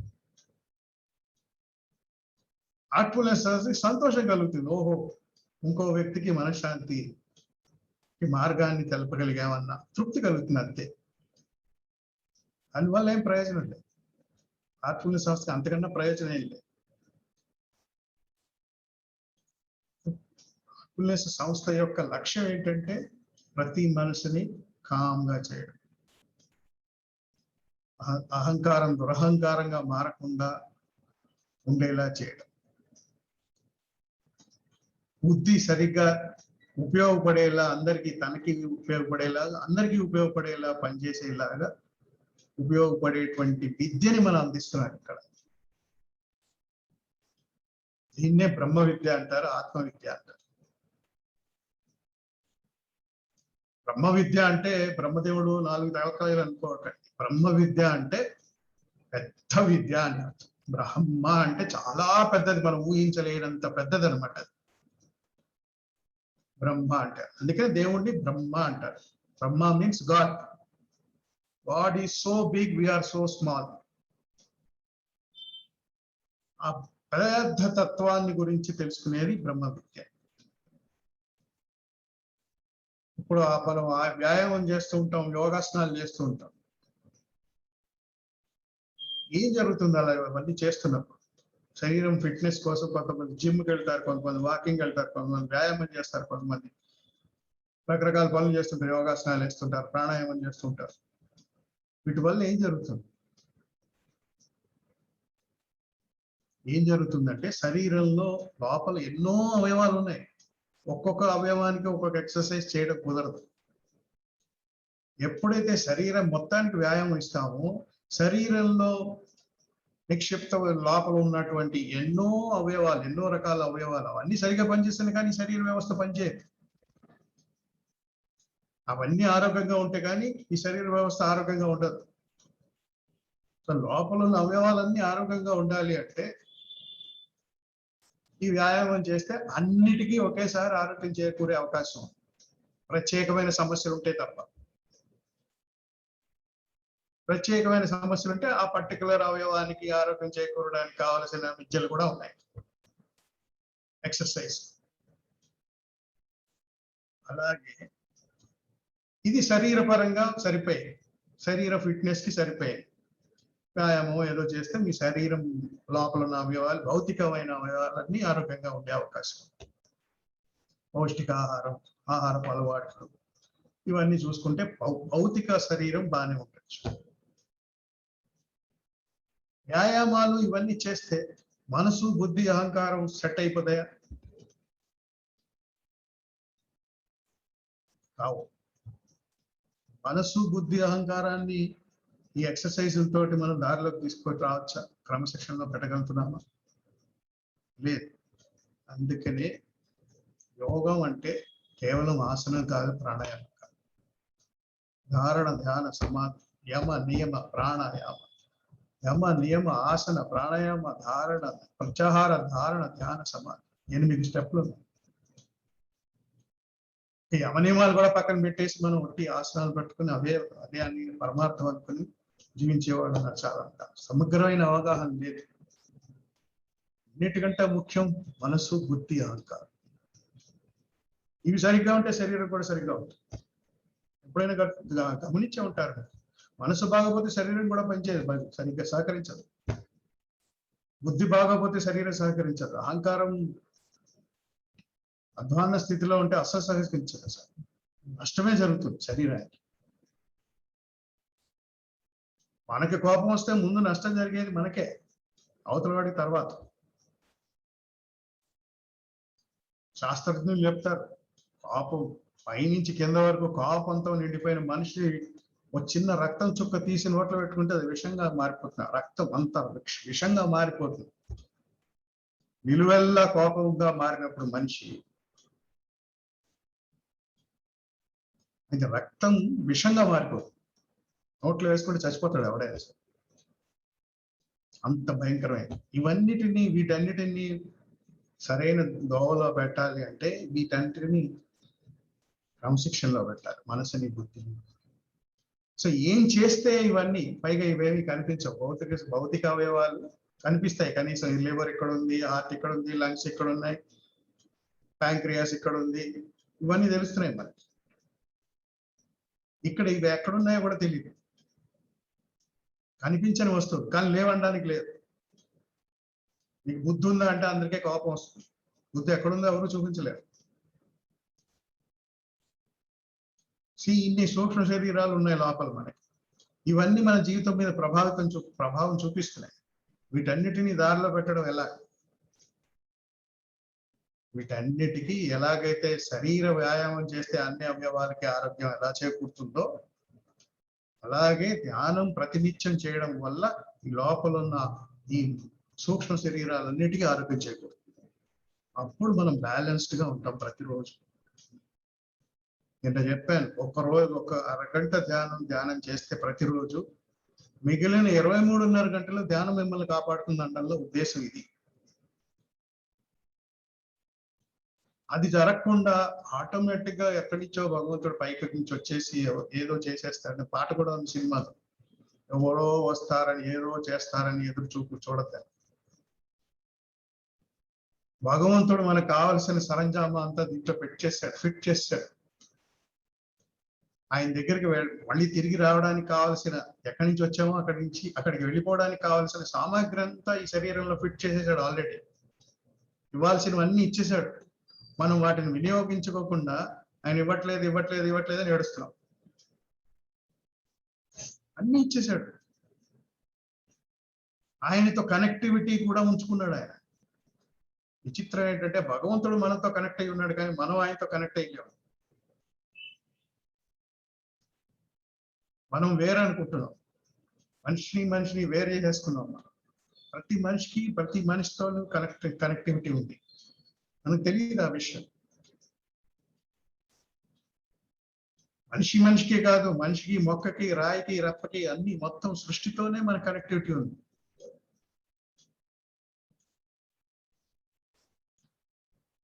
ఇవన్నీ చెప్పేది ఎవరు? ఈ బ్రహ్మ విద్యలోనే తెలుస్తాయి. అటువంటి పరిస్థితే రావట్లేదు, దానికి సమయం వస్తే కదా.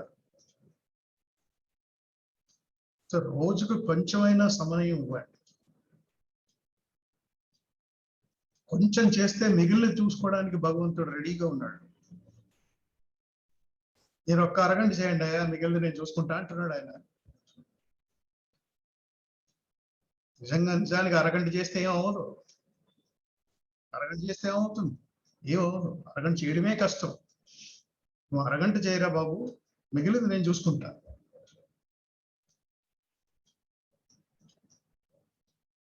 ఫీజు డాక్టర్ బిల్లు ₹1,00,000 అయింది. నువ్వు 10 రూపాయలు కట్టరా, మిగిలింది నేను చూసుకుంటా అంటాడు డాక్టర్. నేను కట్టలేని పరిస్థితిలో ఉంటాయి. పూర్ణ ధ్యానం అన్ని గంటలు చేయలేని పరిస్థితిలో ఉన్నావు.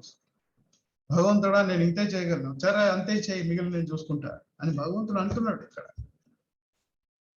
ఇంతకన్నా సహాయం చేయలేడట. గుర్తుపెట్టుకోండి, మానవ ప్రయత్నం లేకుండా భగవంతుడు అనుగ్రహం ఉన్నా కానీ పనిచేయదు. అందుకే శ్రీకృష్ణ భగవానుడు భగవద్గీతలో పత్రం ఫలం పుష్పం తోయం అన్నాడు. కనీసం ఒక ఫలం, కనీసం ఒక ఆకు, కనీసం ఒక నీటి చుక్కనే ఇవ్వండి నాకు, మిగిలిన నేను చూసుకుంటా అంటాడు. మనం టైం లేదంటున్నాం. సో పొరపాటు ఎక్కడుంది? మనం ఉన్న పరిస్థితులకి భగవంతుడు కారణమా, మనం కారణమా? ఈ స్పష్టత ఎప్పుడైతే మనిషికి వస్తుందో అప్పుడు పరివర్తన ప్రారంభమవుతుంది. దీనికి నేనే కారణం, నేనున్న పరిస్థితులకి నేనే కారణం, కేవలం అంటే కేవలం నేనే కారణం అని హృదయపూర్వకంగా ఎప్పుడైతే స్వీకరిస్తాడో ఆ క్షణం నుంచి భగవంతుడి అనుగ్రహం వెంటనే, ఆలస్యం ఉండదు, వెంటనే అక్కడి నుంచి అనుగ్రహం ప్రారంభమైపోతుంది. అటువంటి హృదయం భగవంతుడి అనుగ్రహాన్ని ఆకర్షిస్తూ ఉంటుంది. ఈ ధ్యాన ప్రక్రియల ద్వారా ఏం జరుగుతుంది అంటే, నిజానికి ఆ బ్రహ్మ, ఆ భగవంతుడి యొక్క శక్తిని ఆకర్షించే విధంగా మనం జీవిస్తాం అన్నమాట. ప్రతిరోజు ఇలా చేయడం వల్ల ప్రతి క్షణము ఆయన అనుగ్రహంతో జీవించే విధంగా మన హృదయాన్ని ఆకర్షించే విధంగా మనం జీవించడానికి ప్రయత్నించాం అన్నమాట. ఇది ఎలా తెలుస్తుంది? చేస్తే తెలుస్తుంది, అనుభవం ద్వారా మాత్రమే తెలుస్తుంది. ఎవడో కోహినూరు వజ్రాన్ని పేపర్ వెయిట్ గా వాడుకున్నట్టు. కోహినూరు వజ్రాన్ని వాడుకొని ఎందుకు వాడుకున్నాడు పేపర్ వెయిట్ గా? వాడికి విలువ తెలియదు దాని గురించి. మనం కూడా ధ్యానాన్ని అలా వాడుతున్నాం. భగవంతుడు ఇచ్చిన జ్ఞానాన్ని, ఒరే దీంతో నువ్వు సుఖంగా ఉండగలవు అని నేర్పించి వెళ్ళాడు ఆయన. కానీ మనం దాన్ని పట్టించుకోలేదు. కోహినూరు వజ్రాన్ని పేపర్ వెయిట్లో ఎలా వాడుతున్నాము, ధ్యానాన్ని ఊరికే మా భారతదేశంలోంచే ధ్యానం వచ్చింది అని చెప్పుకోవడానికి మాత్రమే వాడుతున్నాం. చెయ్యం మనం.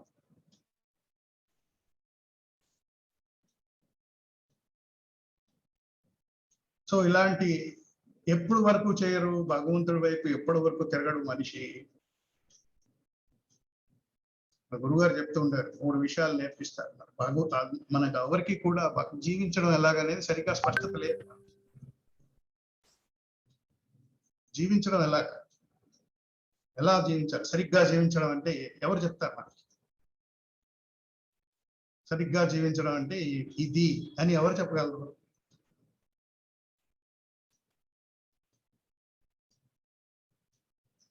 తల్లిదండ్రులు చెప్పగలరా? తాత ముత్తాతలు చెప్పగలరా? సమాజం చెప్పగలరా? ప్రభుత్వం చెప్పగలరా? టీచర్లు చెప్పగలరా? గురువులు చెప్పగలరా? ఎవరు చెప్పగలరు? పుస్తకాలు చెప్తాయా? పుస్తకాలు మనుషులు రాసినవే. మరి ఎవరు చెప్తారు మనకి సరిగ్గా జీవించడం అంటే? ఎవరు నేర్పిస్తారు? సరిగ్గా జీవించడం నేర్పించేది కేవలం ఆ భగవంతుడే నేర్పించాలి మనకి. ఆ భగవంతుడు అందరిలోనూ ఉన్నాడు, అందరికీ నేర్పిస్తూనే ఉన్నాడు. అదే సార్ నేను ఎప్పుడు వెళ్ళలేదు. భగవంతుడు అందరిలో ఉన్నప్పుడు అందరికీ నేర్పిస్తున్నాడు ఆయన. ఎలా నేర్పిస్తున్నాడు? మనం అబద్ధం చెప్పినప్పుడల్లా లోపల నుంచి ఒక వాయిస్ చెప్తుంది, ఒరే నువ్వు అబద్ధం ఆడుతున్నావు, తప్పది. అది చెప్పేది ఎవరు? లోపల నుంచి. మీరు లోపలికి అన్నం వేస్తే అరిగించేది ఎవరు? దాహం వేస్తే దాహం కూడా వేస్తోంది, మీ ప్రమేయం ఏం లేదు. సిగ్నల్స్ ఇది. ఆకలి, దాహం, ఆకలి దప్పిక సిగ్నల్ వస్తే మీరు లోపల వేస్తున్నారు. లోపలికి వెళ్ళాక ఏం జరుగుతుందో మనకి ఏమైనా తెలుసా? ఇన్ని అవయవాలు ఉన్నాయి ఈ శరీరంలో, ఇవన్నీ మనల్ని అడిగి పనిచేస్తున్నాయా? గుండె నిమిషానికి 72 సార్లు కొట్టుకుంటుంది, మనం చెప్పామా? అది కొంచెం తేడా వచ్చిందంటే మన డాక్టర్ దగ్గర పరిగెత్తాలి. Temperature 98.4 normal. దానికన్నా ఎక్కువ ఉన్నా కష్టమే, తక్కువ ఉన్నా కష్టమే. ఇది ఎవరు మెయింటైన్ చేస్తున్నారు? మనం మెయింటైన్ చేస్తున్నామా మన శరీరంలో?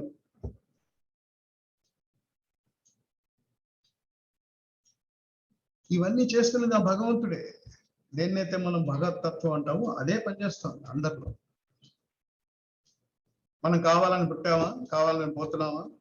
ఎక్కడికి వెళ్తున్నాం, ఎక్కడి నుంచి వచ్చాము? మన చేతిలో ఉందా?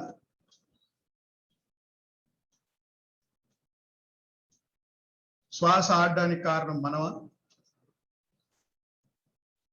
దేనికి మనం కారణం కాదు, కానీ అన్నిటికీ మనమే కారణం అని జీవిస్తాం. అది దురహంకారం. సో ఇటువంటి భగవంతుడు చెప్పాలి మనకి ఎలా జీవించాలి అని. ఆయన ఇప్పుడు మనకి అందుబాటులో లేడు. ఇలా చెప్తున్నప్పుడల్లా ఆయన నొక్కేసాం మనం. కూడా నీ మాట వింటే నేను ఈ ప్రపంచంలో నేను బతకలేను అని షటప్ అంటాం దాన్ని, వాయిస్. ఎందుకంటే సరైన మార్గం చెప్తుంది. సరైన మార్గం నొప్పిగా ఉంటుంది మనకి. మోసాల్లోనూ అబద్ధాలు చెప్పడంలో తెలియని ఆనందం ఉందన్నమాట. అది తాత్కాలికం. ఎప్పటికైనా ఈ హృదయాన్ని మనం రాత్రి నిద్ర పట్టకపోవడానికి కారణం ఏంటంటే హృదయం బయటకు వస్తుంది. రేపు పొద్దున్న సాయంత్రం వరకు నువ్వు ఇలాంటి వ్యధ పనులు చేసావని చదువుతుంది అది హార్ట్. అందుకే మనకి నిద్ర అట్టదు, అందుకే మందు తాగుతారు, నిద్ర మాత్రలు వేసుకుంటారు, లేకపోతే హాయిగా నిద్ర పడుతుంది. పూర్వకాలంలో ఎందుకు హాయిగా పడుకునేవారంటే వాళ్ళకేం ఇలాంటి చింతలు లేవు, ఎవరిని అబద్ధం ఆడింది లేదు, ఎవరితో మోసం చేసింది లేదు, ఎవరిని క్లీన్ గా బతికేవారు. సో మనకు కరెక్ట్ అయిపోయింది, మన మనసు కలుషితం అయిపోయింది, బుద్ధి కలుషితం అయిపోయింది, అహంకారం కలుషితం అయిపోయింది. వీటన్నిటినీ శుద్ధి చేయాలి. ఏ విధంగా శుద్ధి చేయాలి? కనిపించే వస్తువులు అయితే శుద్ధి చేయొచ్చు, కనిపించని వస్తువులను ఎలా శుద్ధి చేస్తాం? కనిపించని వస్తువుతోనే ధ్యానం శుద్ధి చేయాలి. అది ధ్యానం. ఆలోచనతోటే మళ్ళీ ఆలోచన శుద్ధి చేస్తాం. సైకిల్ నేర్చుకోవాలంటే సైకిలే కావాలి, సైకిల్ నేర్చుకోవాలంటే ఆటో నేర్చుకుంటే సైకిల్ రాదు, ఆటో నేర్చుకోవాలంటే ఆటో మీదే పనిచేయాలి. మనసును శుద్ధి చేయాలంటే మనసు మీదే పనిచేయాలి. ధ్యానం అంటే అదే. సో భగవంతుడైనా చెప్పాలి మనకి, భగవంతుడు మనకు అందుబాటులో లేడు, లోపల నుంచి ఆయన చెప్తున్నా సరే మనం వినే పరిస్థితిలో లేవు. ఇంకెవరు చెప్పాలి ఎలా జీవించాలో? అన్ని చోట్ల నుంచి ఎంతో కొంత నేర్చుకుంటాం, ఇలా జీవించాలి, ఇలా జీవించాలి. నేను చెప్పిన వాళ్ళు గురువులు చెప్పచ్చు, పెద్దవాళ్ళు చెప్పొచ్చు, తల్లిదండ్రులు చెప్పొచ్చు, సమాజం చెప్పొచ్చు, కొంతవరకు తెలుసు. అయినా సరే ఇక్కడ క్వశ్చన్ మార్కే. భగవద్గీత ప్రవచనాలు ఎన్నిసార్లు విన్నా సరే మళ్ళీ క్వశ్చన్ మార్కే. ఎలా జీవించాలి మనకు తెలియదు. మొత్తం 18 చాప్టర్లు 700 శ్లోకాలు విన్న తర్వాత కూడా మళ్ళీ మన క్వశ్చన్ అలాగే ఉంటుంది. ఈ చెవి నుంచి ఈ చెవి వెళ్ళిపోతుంది, నిలబడదు. కారణం ఏంటి? సో గురువులు చెప్పాలి. గురువు ప్రత్యక్షమైన గురువు, నిజమైన గురువు ఉండాలి. ఆ గురువుని అనుసరించగలిగే పరిస్థితిలో మనం ఉండాలి. ఆ పరిస్థితి కూడా లేదు. ఎవరు గురువో తెలియదు. ఇంతమంది గురువుల్లో అందరూ బాగానే కనపడుతున్నారు, ఏ గురువుని సెలెక్ట్ చేయాలో తెలియదు. కాబట్టి మన గురువు కూడా అందుబాటులో లేడు. మరి ఇంకెవరు చెప్తారు జీవించడం ఎలాగో? ఈ రెండు కనుక మనకి లేకపోతే, భగవంతుడు అందుబాటులో లేడు, సరైన గురువు అందుబాటులో లేనప్పుడు, మూడవది ఇంకా ఉన్నది జీవితమే మనకి నేర్పిస్తుంది జీవించడం ఎలాగో. కానీ గురుగారు ఏం చెప్తారంటే, జీవితమే, లైఫే నేర్పిస్తుంది లైఫ్ ఎలా జీవించాలో. కానీ జీవితం నేర్పిస్తే చాలా కఠినంగా నేర్పిస్తుంది, తట్టుకోలేము. జీవితం నేర్పే పాఠాలు చాలా కఠినంగా ఉంటాయి.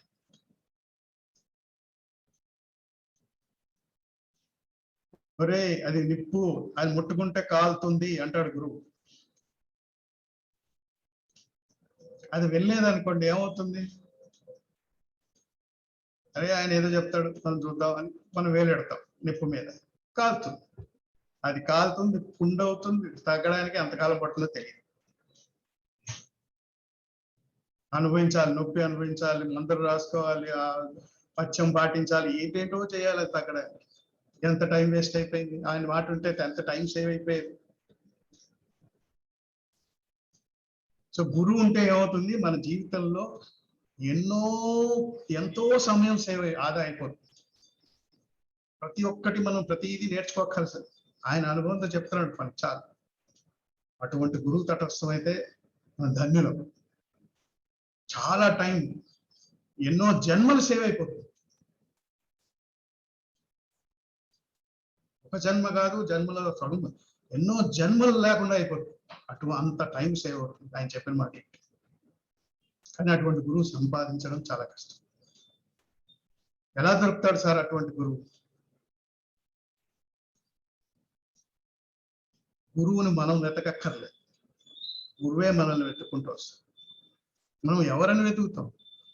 మనం కలుషితమైన మనసుతోటి, కలుషితమైన బుద్ధితోటి, కలుషితమైన ఆలోచనలతోటి, కలుషితమైన అహంకారంతో మీరు ఏ విధంగా నిర్ధారించగలరు అశుద్ధమైన వ్యక్తిని? ప్యూర్ వ్యక్తిని మీరు ఎలా నిర్ధారిస్తారు? ఎలా సెలెక్ట్ చేస్తారు? ఇంటర్నెట్ బ్రౌజింగ్ చేస్తారా? గురువు షాపింగ్ చేయకూడదు. షాపింగ్ చేసినట్టుగా మనం గురువులు షాపింగ్ చేస్తామా? మొబైల్ ఫోన్ కొనాలంటే 100 మొబైల్ ఫోన్ చూస్తాం నెట్ లో బ్రౌజింగ్ చేసి ఆన్లైన్. అలాగే చేసేది కాదు గురువు.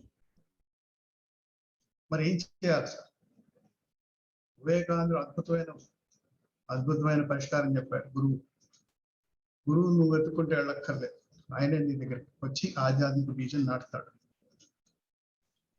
ఎలాగా? ఎప్పుడూ కూడా సారవంతమైన భూమి ఎప్పుడు విత్తనాన్ని వెతుక్కుంటూ వెళ్ళదు. భూమి సారవంతంగా ఉంటే చాలు. విత్తనమే వెతుక్కుంటూ భూమిని వెతుక్కుంటూ వస్తుంది. అక్కడ అలా అంత సారవంతంగా ఉంటే ఇంకా నాటక్కర్లేదు కూడా బీజాలు. అలా జల్లితే చాలు మొక్కలు వచ్చేస్తాయి. ఇంచేత భూమి విత్తనాన్ని భూమి విత్తనాన్ని వెతుక్కుంటూ వెళ్ళదు, విత్తనమే భూమిని వెతుక్కుంటూ వస్తుంది. ఏం చేయాలి మనం ఇప్పుడు? అలాంటప్పుడు ఏం చేయాలి? కేవలం మన హృదయాన్ని సారవంతం చేసుకుని వెయిట్ చేయడమే. సమయం వచ్చినప్పుడు విత్తనం గురువుగారే వచ్చి నాటిస్తారు. అప్పుడు వెంటనే హృదయం గుర్తిస్తుంది. ఎవడో చెప్పడం కాదు, నీ గురువు ఎవరో నీ హృదయమే చెప్తుంది. అప్పుడు ఆయన్ని హృదయంగా గుర్తించినప్పుడు ఆయన్ని స్వీకరించి తూచా తప్పకుండా ఆయన పాటించడం. ఇక మిగిలిన జీవితం అంతా మేము చేయాల్సింది ఏంటంటే ఆయన చెప్పినట్టుగా జీవించడమే, అంతే. ఆయన మార్గంలో జీవించడానికి ప్రయత్నించడం. అప్పుడు మన జీవనం కృతార్థం అవుతుంది, ప్రయోజనకరంగా ఉంటుంది, మనకి ఉపయోగపడుతుంది, ఇతరులకి ఉపయోగపడుతుంది, మన వల్ల ఉపయోగం ఉంటుంది. ప్రపంచ శాంతికి, ఇందాక చెప్తున్న ప్రపంచ శాంతికి ఇవన్నీ ఆటోమేటిక్గా జరుగుతాయి ఎవరికి వాళ్ళు ఇలాంటి పరిస్థితుల్లో ఉంటాయి.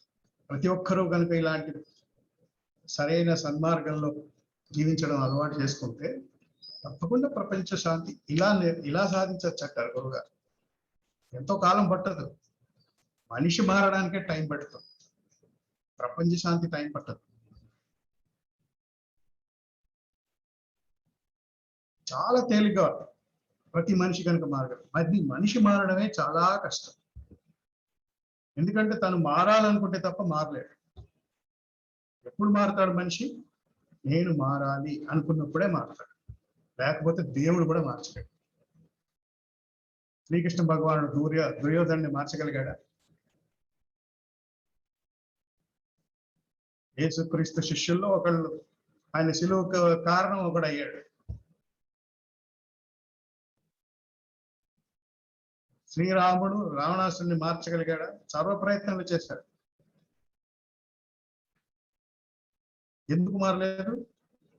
దుర్యోధనుడు అంటాడు, నాకు తెలుసు నేను ఇది చేయకూడదని, అయినా చేస్తాను.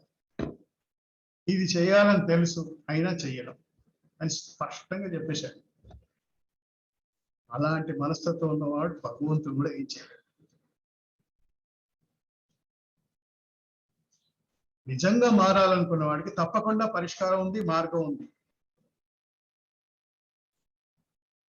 కానీ నేను నిస్సహాయ పరిస్థితిలో ఉన్నాను, నాకు నేను సహాయం చేసుకునే పరిస్థితిలో లేదు. నిస్సహాయ పరిస్థితిలో, దాన్ని హెల్ప్లెస్నెస్ అంటారు, అట్టర్ హెల్ప్లెస్నెస్. ఏమి దిక్కు కనపడట్లేదు, దిక్కుతోచని స్థితి. దిక్కుతోచని స్థితిలో చేసేది ప్రార్థన. ప్రార్థన అంటే ఏంటి? ఫలానా దేవుడిని సెలెక్ట్ చేసుకుని ఆయనకి దండం పెట్టడం కాదు. ప్రార్థన అనేది తనంత తానుగా హృదయంలోంచి పెళ్ళుబికి వచ్చేది. ఎటువంటి పరిస్థితుల్లో వస్తున్నటువంటి ప్రార్థన? నిస్సహాయ స్థితిలో ఉన్నప్పుడు వస్తుంది. మన నిస్సహాయ స్థితిని మనం గుర్తించినప్పుడు, వారాలన్నీ మూసుకుపోయి ఏం చేయాలో తెలియనప్పుడు, దిక్కుతోచని స్థితిలో ఉన్నప్పుడు, ఎక్కడి నుంచో మనం సహాయాన్ని కోరుతున్నాం. ఎక్కడి నుంచి కోరుతున్నాం కూడా తెలియదు మనకి. దాన్నే మనం భగవంతుడు అంటాం, దేవుడు అంటాం. ఎలా ఉంటాడో ఎవరికి తెలియదు, ఏ రూపంలో ఉంటాడో తెలియదు. మనం చెప్పుకునేవన్నీ ఊహలు అంతే. నిజమైన పరమాత్ముడు ఎలా ఉంటాడో ఎవరికి తెలియదు. మిగిలిన వాళ్ళందరూ ప్రతిరూపాలు, ప్రతినిధులు, మనం ఏర్పరచుకున్న ఊహలు. అసలు పరమాత్మ ఎలా ఉన్నారో ఎవరికి తెలియదు. కానీ ఆ సృష్టికర్త ఎక్కడో ఉన్నాడు, అంతటా ఉన్నాడు అంటారు. అంతర్యామిగా ఉన్నారంటారు. అంతర్యామిగా ఉన్నాడో లేదో కూడా తెలియదు మనకి. ఎన్ని నిదర్శనాలు మనకు కనబడుతున్నప్పటికీ మనకి ఇంకా నిదర్శనాల కోసం వెతుకుతూ ఉంటాం. అందుకని ధ్యానం ఏం చెప్తుందంటే, ఏం ఎక్కర్లేదయా, కళ్ళు మూసుకొని లోపల చూసుకొని నీకు అంతర్యామిగా అక్కడే కనపడతాడు, నీకు ఎక్కడికి వెళ్ళాల్సిన అవసరం లేదు. కళ్ళు మూసుకొని లోపల లోపల అంతర్యామిగా ఉన్న ఆ భగవతత్వాన్ని ప్రార్థించు. అయ్యా నిన్నెప్పుడు నేను చూడలేదు, అన్ని చోట్ల ఉన్నావంటారు. నీ అనుభవం నాకు కావాలి, నీ ఉనికిని నేను అనుభూతి చెందాలి, కటాక్షించు అని నిస్సహాయ స్థితిలో ఎప్పుడైతే ప్రార్థిస్తామో అది జరుగుతుంది. ఇప్పుడు ఉన్నట్టుండి నిస్సహాయ స్థితి ఎలా వస్తుంది? అందుకనే హార్ట్ఫుల్నెస్ లో మనకి యౌగిక ప్రక్రియగా మనం నేర్పిస్తాం. ఒక యౌగిక ప్రక్రియ ధ్యానం చేయడం. ధ్యానం అంటే ప్రక్రియ కంటే కూడా attitude. Prayer is more an attitude than an activity. ప్రార్థన అనేది ఒక మనోవైఖరి, అదొక పని కాదు. మనం చేసే ప్రార్థనలు ఎలా ఉంటాయంటే, సాధారణంగా నాకు ఇది కావాలి, అది కావాలి, ఇది కావాలి, అది కావాలి, నేను నీకు ఇది ఇస్తా, నువ్వు నాకు అది.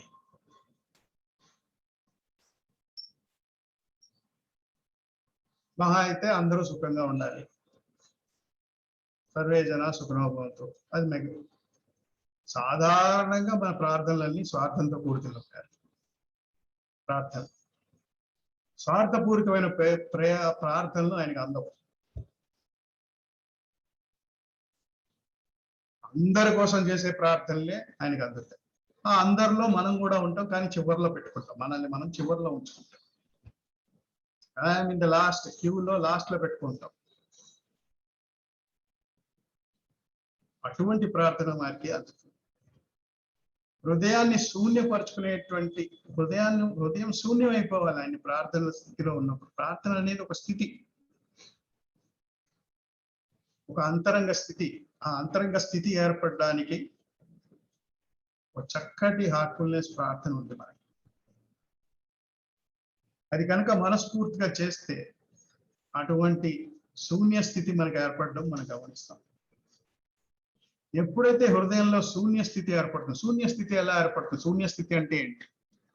ప్రస్తుతం మన హృదయం నిండా బోళ్ళని కోరికలు ఉన్నాయి, బోళ్ళంత మనం అనుకునే జ్ఞానం ఉంది. మన జ్ఞానం, చాలా జ్ఞానం ఉంది అనుకుంటాం కదా, ఆ జ్ఞానం కూడా ఉంది లోపల. బోళ్ళంత అహంకారం ఉంది, ఇవన్నీ ఉన్నాయి లోపల. Full heart is full with all non sense, rubbish. ఇవన్నీ కాసేపైనా తీసి పక్కనెట్టడం. ఎప్పుడైతే వీటిని పక్కకు పెట్టగలుగుతామో అప్పుడు శూన్యత ఏర్పడదు. ఆ శూన్యత ఏర్పడేది అప్పుడు కాసేపు కోరికల్ని పక్కన పెట్టేది. ఎలాగైతే గుడికి వెళ్ళినప్పుడు చెప్పులు బయట పెట్టేస్తామో, కనీసం మళ్ళీ వచ్చి మళ్ళీ చెప్పులు వేసుకుని వెళ్ళిపోతాం. ఒక్కోసారి చెప్పుల గురించి ఆలోచిస్తాం కూడా లోపలికి వెళ్ళి. అలా ఆలోచించకుండా చెప్పులు, హెల్మెట్ బయట పడేసి, ఈ రోజుల్లో హెల్మెట్ కూడా బయట పడేయాలి. హెల్మెట్ పడేయడం అంటే తలకాయ బయట పెట్టేయడం అన్నమాట. ఆ తలకాయ కూడా లోపల తీసుకెళ్ళకూడదు.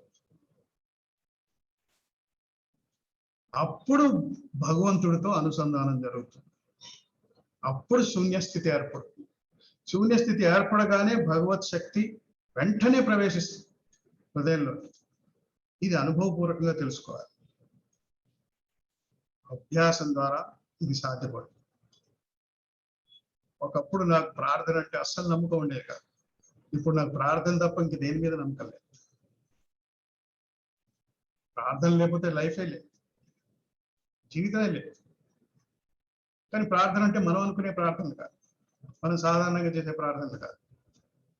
నువ్వు నాకు ఇది కావాలి, నాకు ఇది చెయ్యి, ఇది చెయ్యి అని స్తోత్రాలు చదివేసి నిలువు దోపిడీ చేసిన నీకు ఇది ఇస్తాను నువ్వు అది ఇస్తా అవిగా సరైన అవగాహన లేక నాకు నమ్మకం ఉండేది కాదు. కోరికలు తీర్చేవాడు భగవంతుడు కాకూడదు. కోరికలు తీర్చడానికి భగవంతుడు ఎందుకు? నీకు కావాల్సిన సామాగ్రి అంత ఇచ్చా, తెలివితేటలు ఇచ్చాడు, అన్ని ఇచ్చాడు. ఆ తెలివితేటలు నీ కోరికలు తీర్చుకో కావాలంటే. నేను చెప్పినట్టు నరేంద్ర మోదీ దగ్గర ప్రైమ్ మినిస్టర్ దగ్గరికి వెళ్ళి మా కాలనీలో నల్లాల నీళ్ళు రావట్లేదంటే ఎట్లా ఉంటుంది? కాలనీలో నీళ్ళు రావాలంటే ప్రైమ్ మినిస్టర్ దగ్గరికి వెళ్తారా ఎవరైనా? భగవంతుడి దగ్గరికి వెళ్ళినప్పుడు ఆయన ఇవ్వగలిగే అడగాల్సి వస్తుంది. అసలు ఆయన దగ్గరికి వెళ్ళినప్పుడు అడగాల్సిన అవసరమే లేదు. అడగకుండానే ఇస్తాడు. నీకు అవసరం ఏం అవసరం ఆయనకి తెలుసు, మనకంటే బాగా తెలుసు ఆయన. అంచేత అడగాల్సిన అవసరమే లేదు. కోరికలు లేని స్థితి మనకి పొందాలి అన్న ఆ ఒక్క కోరికే ఉండాలి. ఆ ఒక్క కోరికే మిగిలిన కోరికలన్నింటినీ తీసేస్తుంది. ఆ ఒక్క కోరికే మనకి లేదు, అన్ని కోరికలు ఉన్నాయి. కోరికలన్నీ పోగొట్టుకోవాలనుకోవడం కూడా ఒక కోరికే. కానీ ఆ కోరిక ఒక్కటే మిగిలిన కోరికలన్నింటినీ తీసేస్తుంది. ఆ విధంగా భగవంతుడితో అనుసంధానం జరుగుతుంది, కనెక్ట్ అవుతాం. లోపల ఉన్న దైవంతో కనెక్ట్ అయిన క్షణం నుంచి మన జీవితం మారిపోతుంది. ఒక్కసారి వెళ్ళి ప్రైమ్ మినిస్టర్కి షేక్ హ్యాండ్ ఇచ్చానంటే నా జీవితం వేరేగా ఉంటుంది బయటకు వచ్చిన తర్వాత. ఒక అరగంట సేపు అపాయింట్మెంట్ ఆయన నాకు ఇచ్చాడంటే నా జీవితమే మారిపోతుంది బయటకు వచ్చిన తర్వాత. ఎందుకంటే ప్రైమ్ మినిస్టర్ అనవసరంగా ఎవరికి టైం ఇవ్వడాలి. అలాగే భగవంతుడు మనకి టైం ఇచ్చాడంటే ఇంకా మన జీవితం ఎలా ఉంటుందో ఒకసారి ఊహించాలి. ఇంకా దేని గురించి ఏమి అడగాల్సిన అవసరమే లేదు ఆయన. అటువంటి పరిస్థితి ప్రతిరోజు మనం అనుభూతి చెందొచ్చు, ప్రతి క్షణము అనుభూతి చెందొచ్చు ఈ ప్రార్థనని మనం అభ్యాసం చేయడం ద్వారా. డార్క్నెస్ ప్రేయర్ ఎలా ఉందో చూద్దాం. స్లైడ్ పెట్టు, తెలుగు ప్రేయర్ పెట్టు సతీష్.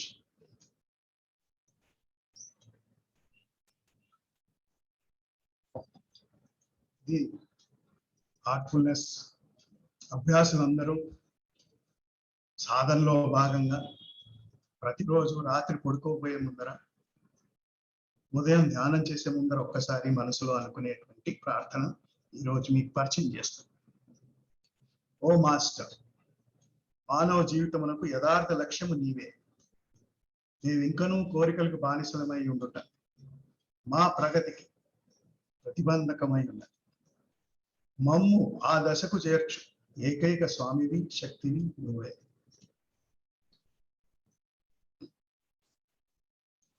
మూడు వాక్యాలు ఇక్కడ. ఓ మాస్టర్, మాస్టర్ అంటే అర్థం ఆ పరమాత్మ. మన అస్తిత్వానికి, మన చుట్టూ ఉన్న అస్తిత్వానికి మూల కారణమైన తత్వం ఏదైతే ఉందో దాన్ని మనం మాస్టర్ అంటాం. అది అంతటా ఉంది. ఆ తత్వం మనలో కూడా ఉంది, అంతర్యామిగా అంతరాత్మగా మనలో ఉంది. మానవ జీవితములకు యథార్థ లక్ష్యము నీవే. మనం ఏం చెప్తున్నాం భగవంతుడికి? ఓ భగవంతుడా, నా జీవితానికి అసలు లక్ష్యం ఏమన్నా ఉందంటే నువ్వే. మిగిలినవన్నీ అసలైన లక్షణాలు కావు.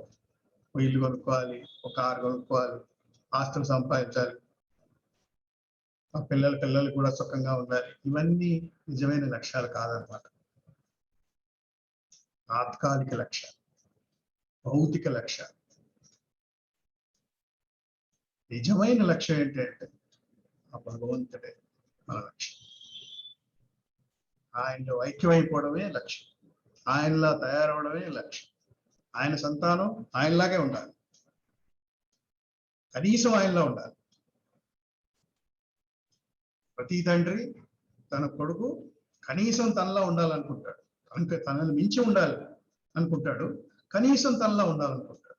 అలాగే భగవంతుడు కూడా మనందరినీ కనీసం తనలా ఉండాలనుకుంటాడు. అంచేత ఆయనే మన లక్ష్యం.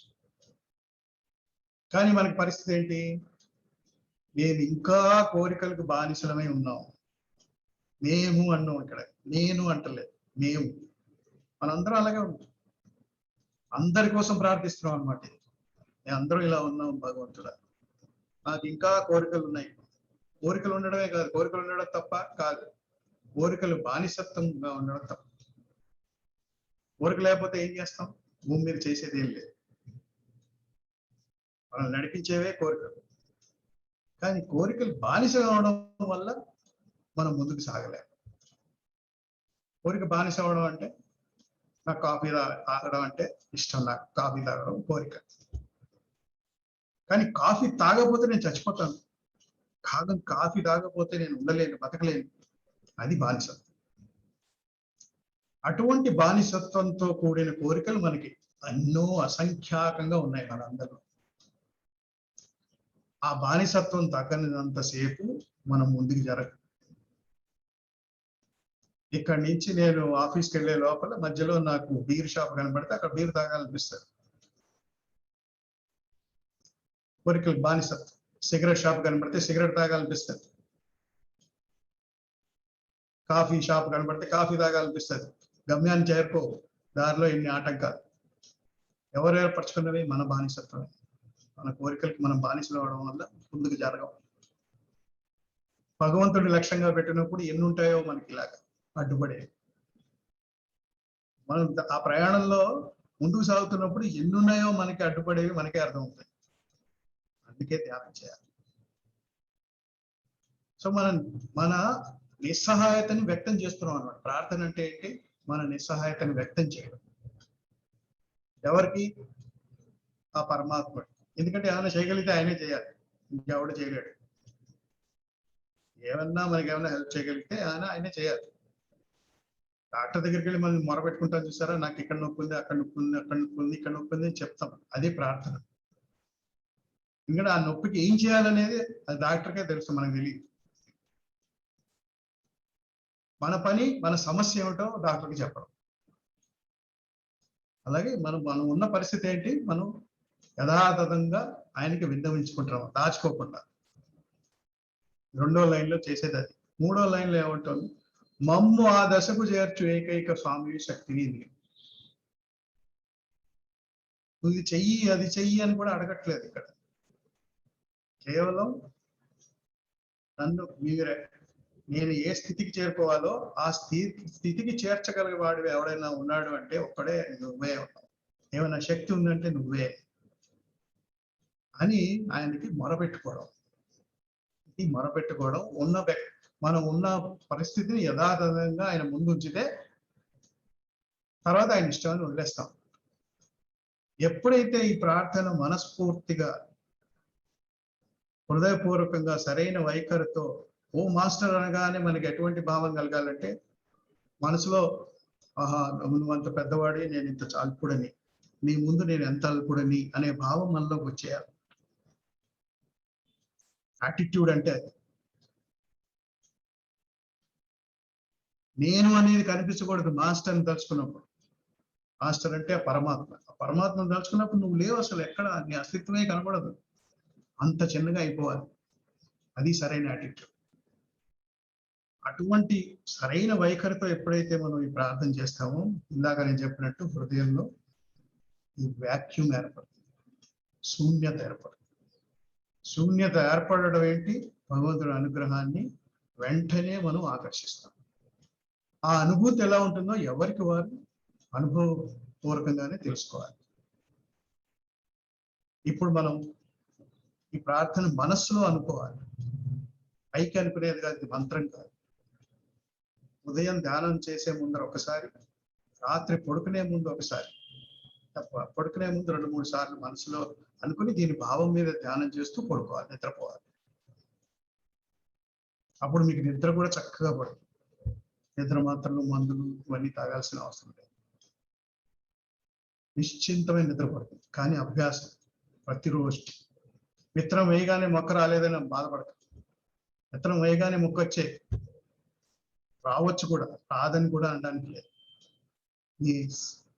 చెప్పే కదా, ఆ నేల ఎంత సారవంతంగా ఉంటే అంత త్వరగా వస్తుంది మొక్క. సో మీ హృదయం ఎంత సారవంతంగా ఉంటే అంత బాగా పనిచేస్తాయి ఈ ప్రక్రియలన్నీ వెంటనే. కొంతమందికి వెంటనే పనిచేస్తే, కొంతమందికి టైం పడుతుంది తర్వాత.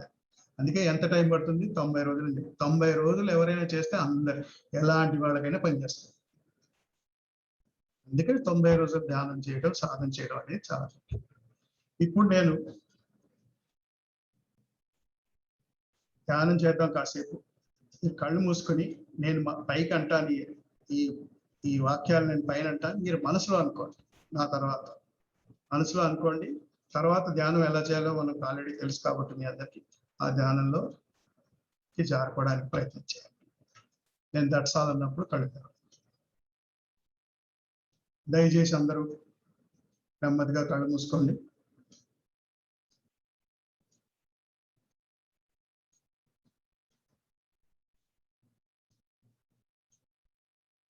ఓ మాస్టర్, మానవ జీవితమునకు యథార్థ లక్ష్యం నీవే.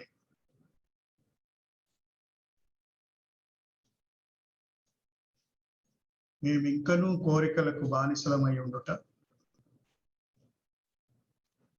మా ప్రగతికి ప్రతిబంధకమై ఉండదు.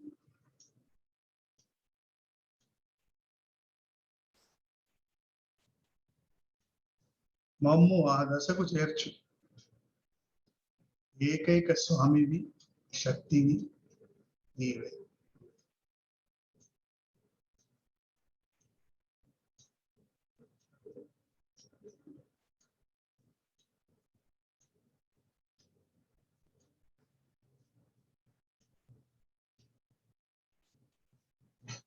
We start meditation.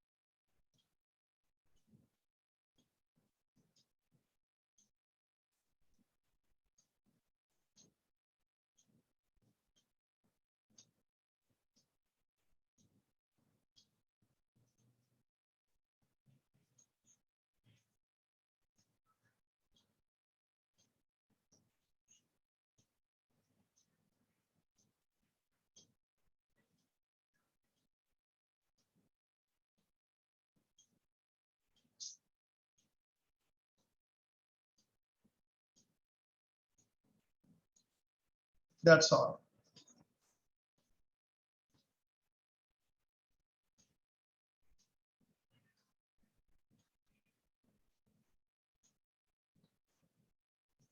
నెమ్మదిగా కళ్ళు తెరవండి.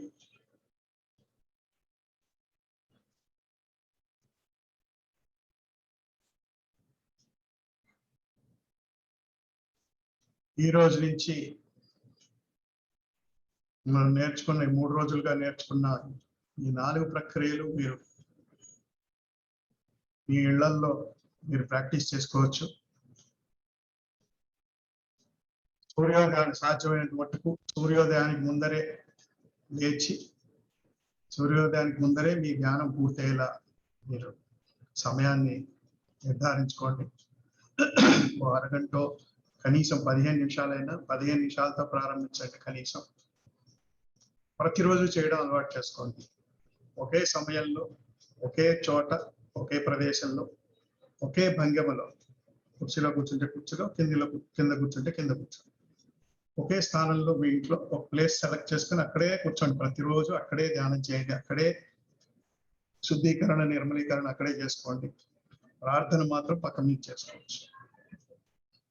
ఉదయం ధ్యానం ప్రార్థనతో ఈ ప్రార్థన మనసులో ఒక్కసారి అనుకుని ధ్యానంలోకి ఇప్పుడు మనం ఎలా అయితే జారుకున్నామో అలా జారుకుందాం. ప్రతిరోజు ధ్యానం అలా చేయాలి. ఒకవేళ తెల్లవారుజామున చేయలేని పరిస్థితి అయినా చాలా అనుకూలమైన సమయం, చాలా తేలిగ్గా ధ్యానం ఎలాగో మనకి ధ్యానం మీద పట్టు రావాలంటే సూర్యోదయానికి ముందు చేస్తేనే మనకి తేలిగ్గా పట్టు వచ్చేస్తుంది ధ్యానం చేయగలరు. సో సాధ్యమైన మట్టుకు తెల్లవారుజామునే చేయండి. అంటే సూర్యోదయానికి పూర్వమే అయిపోయేలా చూసుకోండి. లేదంటే ఏదైనా వేరే సమయం మీకు వివిధ కారణాలు అనేక కారణాల వల్ల మీరు అలాంటి టైంలో చేయలేని పరిస్థితి ఉంటే ఏదైనా వేరే సమయం నిర్ధారించుకుని అదే సమయంలో చేసుకోవడం అలవాటు చేసుకోండి. తర్వాత సాయంత్రం మీ పనంతా పూర్తి అయిపోయి ఉద్యోగాల నుంచి పనుల నుంచి వచ్చిన తర్వాత ఎప్పుడొస్తే అప్పుడు కాళ్ళు చేతులు కడుక్కొని కాసేపు 20 నిమిషాలు ఈ శుద్ధీకరణ ప్రక్రియ చేసుకోండి. ఆ తర్వాత రాత్రి పడుకోబోయే ముందర మనసులో 2-3 సార్లు ఈ ప్రార్థన అనుకుని ఆ ప్రార్థన యొక్క భావం ఇంపార్టెంట్. అక్షరాల కంటే కూడా వాక్యాల కంటే కూడా వాక్యాల యొక్క భావం ప్రధానం. ఆ భావం మన లోతుల్లో మన మనసుల్లో ఒక రకమైన స్థితుల్ని కలుగజేస్తుంది. మనం అనుకున్న శూన్య స్థితి కలగడం మనకు అనిపిస్తుంది. ఆ భావం మీద ధ్యానం చేయడానికి ప్రయత్నించాలి. ధ్యానం చేస్తూ పొద్దు నుంచి సాయంత్రం వరకు మీరు చేయకూడని పనులు ఏమైనా చేసినా, చేయాల్సిన పనులు ఏమైనా చేయకపోయినా ఒక రకమైన అపరాధ భావం మనకి ముందు వస్తుంది. కళ్ళు పడుకునే ముందర ఇవన్నీ వస్తాయి భావాలు. ఒకవేళ అలాంటి పనులు ఏమైనా చేస్తుంటే క్షమాపణ పెట్టుకుని పశ్చాత్తాపడి మళ్ళీ పొరపాట్లు చేయను అని భగవంతుణ్ణి ప్రార్థించుకుని ఈ ప్రార్థనా స్థితిలోనే నిద్రలోకి జారు. ఇది మన పొద్దున్న అరగంట, సాయంత్రం 20 నిమిషాలు, పడుకునే ముందు 10 నిమిషాలు, మొత్తం కలిపి 1 అవర్. రోజుకి 1 అవర్ మీకోసం మీరు ఇలా వెచ్చించుకున్నట్లయితే 90 రోజుల్లో సమూలమైన మార్పులు ఏ విధంగా చోటు చేసుకుంటాయో మీ జీవితంలో మీరే గమనించగలుగుతారు. మీకు మీరే నిదర్శనం. సో ఓపిక్గా విన్నందుకు అందరికీ ధన్యవాదాలు. మీకు ఇంకొక విషయం ఏంటంటే హార్ట్ ఇన్ ట్యూన్ అని ఒక యాప్ ఉంది. యాప్ ద్వారా కూడా మనం కొత్త వాళ్ళైనా పాత వాళ్ళైనా కూడా ధ్యానం నేర్చుకోవచ్చు. హార్ట్స్ యాప్ అని ఒకటి, హార్ట్ ఇన్ ట్యూన్ అని 2 ఉన్నాయి యాప్స్. మీరు ప్లే స్టోర్లో ఫ్రీగా డౌన్లోడ్ చేసుకోవచ్చు. మీరు రిజిస్టర్ చేసుకుని ఆన్లైన్ మీకు ధ్యానం నేర్పించే వాళ్ళు ఎవరైనా ఉంటారు. ఏంటంటే సాధ్యమైనంత వరకు మాలాంటి ట్రైనర్స్ మీకు అందుబాటులో ఉంటే కనుక ఆ ట్రైనర్స్ దగ్గరికి వెళ్ళి లేదా ఆన్లైన్లోనే లేకపోతే ఫోన్ ద్వారానో మీరు ధ్యానం నేర్చుకోవడం బెటర్. ఒకవేళ అది సాధ్యం కాని పరిస్థితుల్లో ఈ హార్ట్ ఇన్ ట్యూన్ అనే ఒకటి, హార్ట్స్ యాప్ అని ఒక యాప్ ఉంది. ఆ 2 యాప్స్ మీరు వినియోగించుకుని ప్రయత్నించి చూడండి. రేపటి నుంచి మనకి 90 రోజుల శిక్షణ కార్యక్రమం ఇదే సమయంలో మనకి కొనసాగుతుంది. ఆసక్తి గల వారందరూ మనకి లింకులు పంపించడం చేస్తారు వీళ్ళు. ఆ లింకుల ద్వారా మీరు జాయిన్ అవ్వచ్చు రేపటి నుంచి.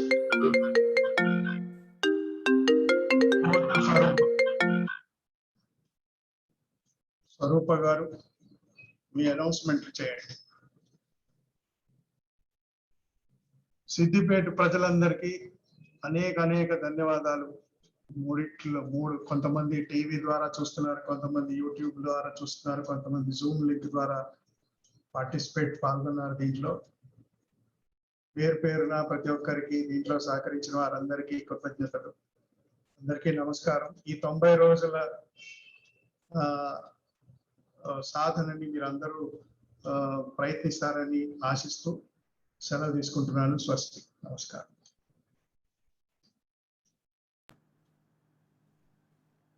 టెక్నికల్ ప్రాబ్లంతో స్టాప్ అయిపోయింది బ్రదర్. I audible?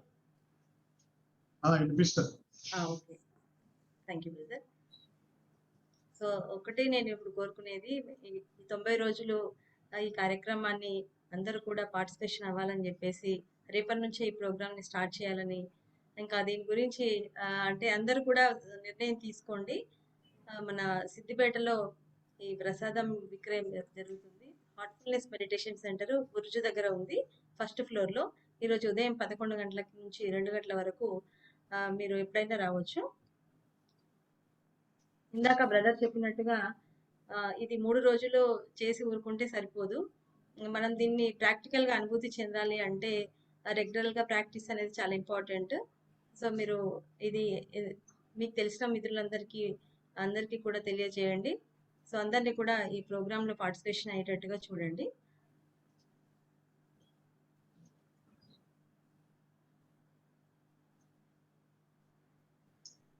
ఇప్పుడు ఈ తెరపై స్క్రీన్ పైన చూసిన నంబర్ కి ఒకవేళ మీరు ఇంట్రెస్ట్ ఉన్నట్లయితే ఈ నంబర్ కి మిస్డ్ కాల్ ఇవ్వండి. 90 డేస్ ప్రోగ్రామ్ చేయాలనుకునేవారు అందరూ నోట్ చేసుకోండి నంబర్ని.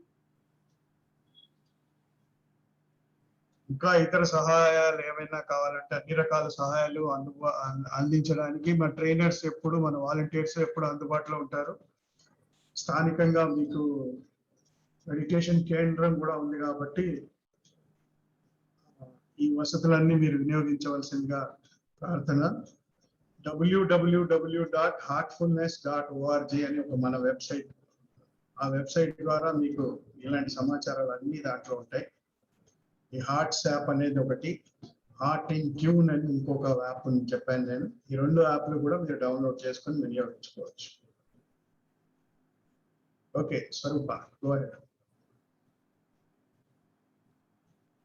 బ్రదర్, అందరికీ ప్రోగ్రామ్ ని వీక్షించిన 3 రోజులు ఎంతో ఓపికతో సహనంతో ఈ ప్రోగ్రామ్ ని విన్న వారందరికీ కూడా హృదయపూర్వక ధన్యవాదాలు. త్వరలోనే అందరం కూడా మనం కలుసుకుందాము. ఈ కరోనా వల్ల వర్చువల్ గా కండక్ట్ చేయడం జరుగుతుంది. Okay brother, thank you.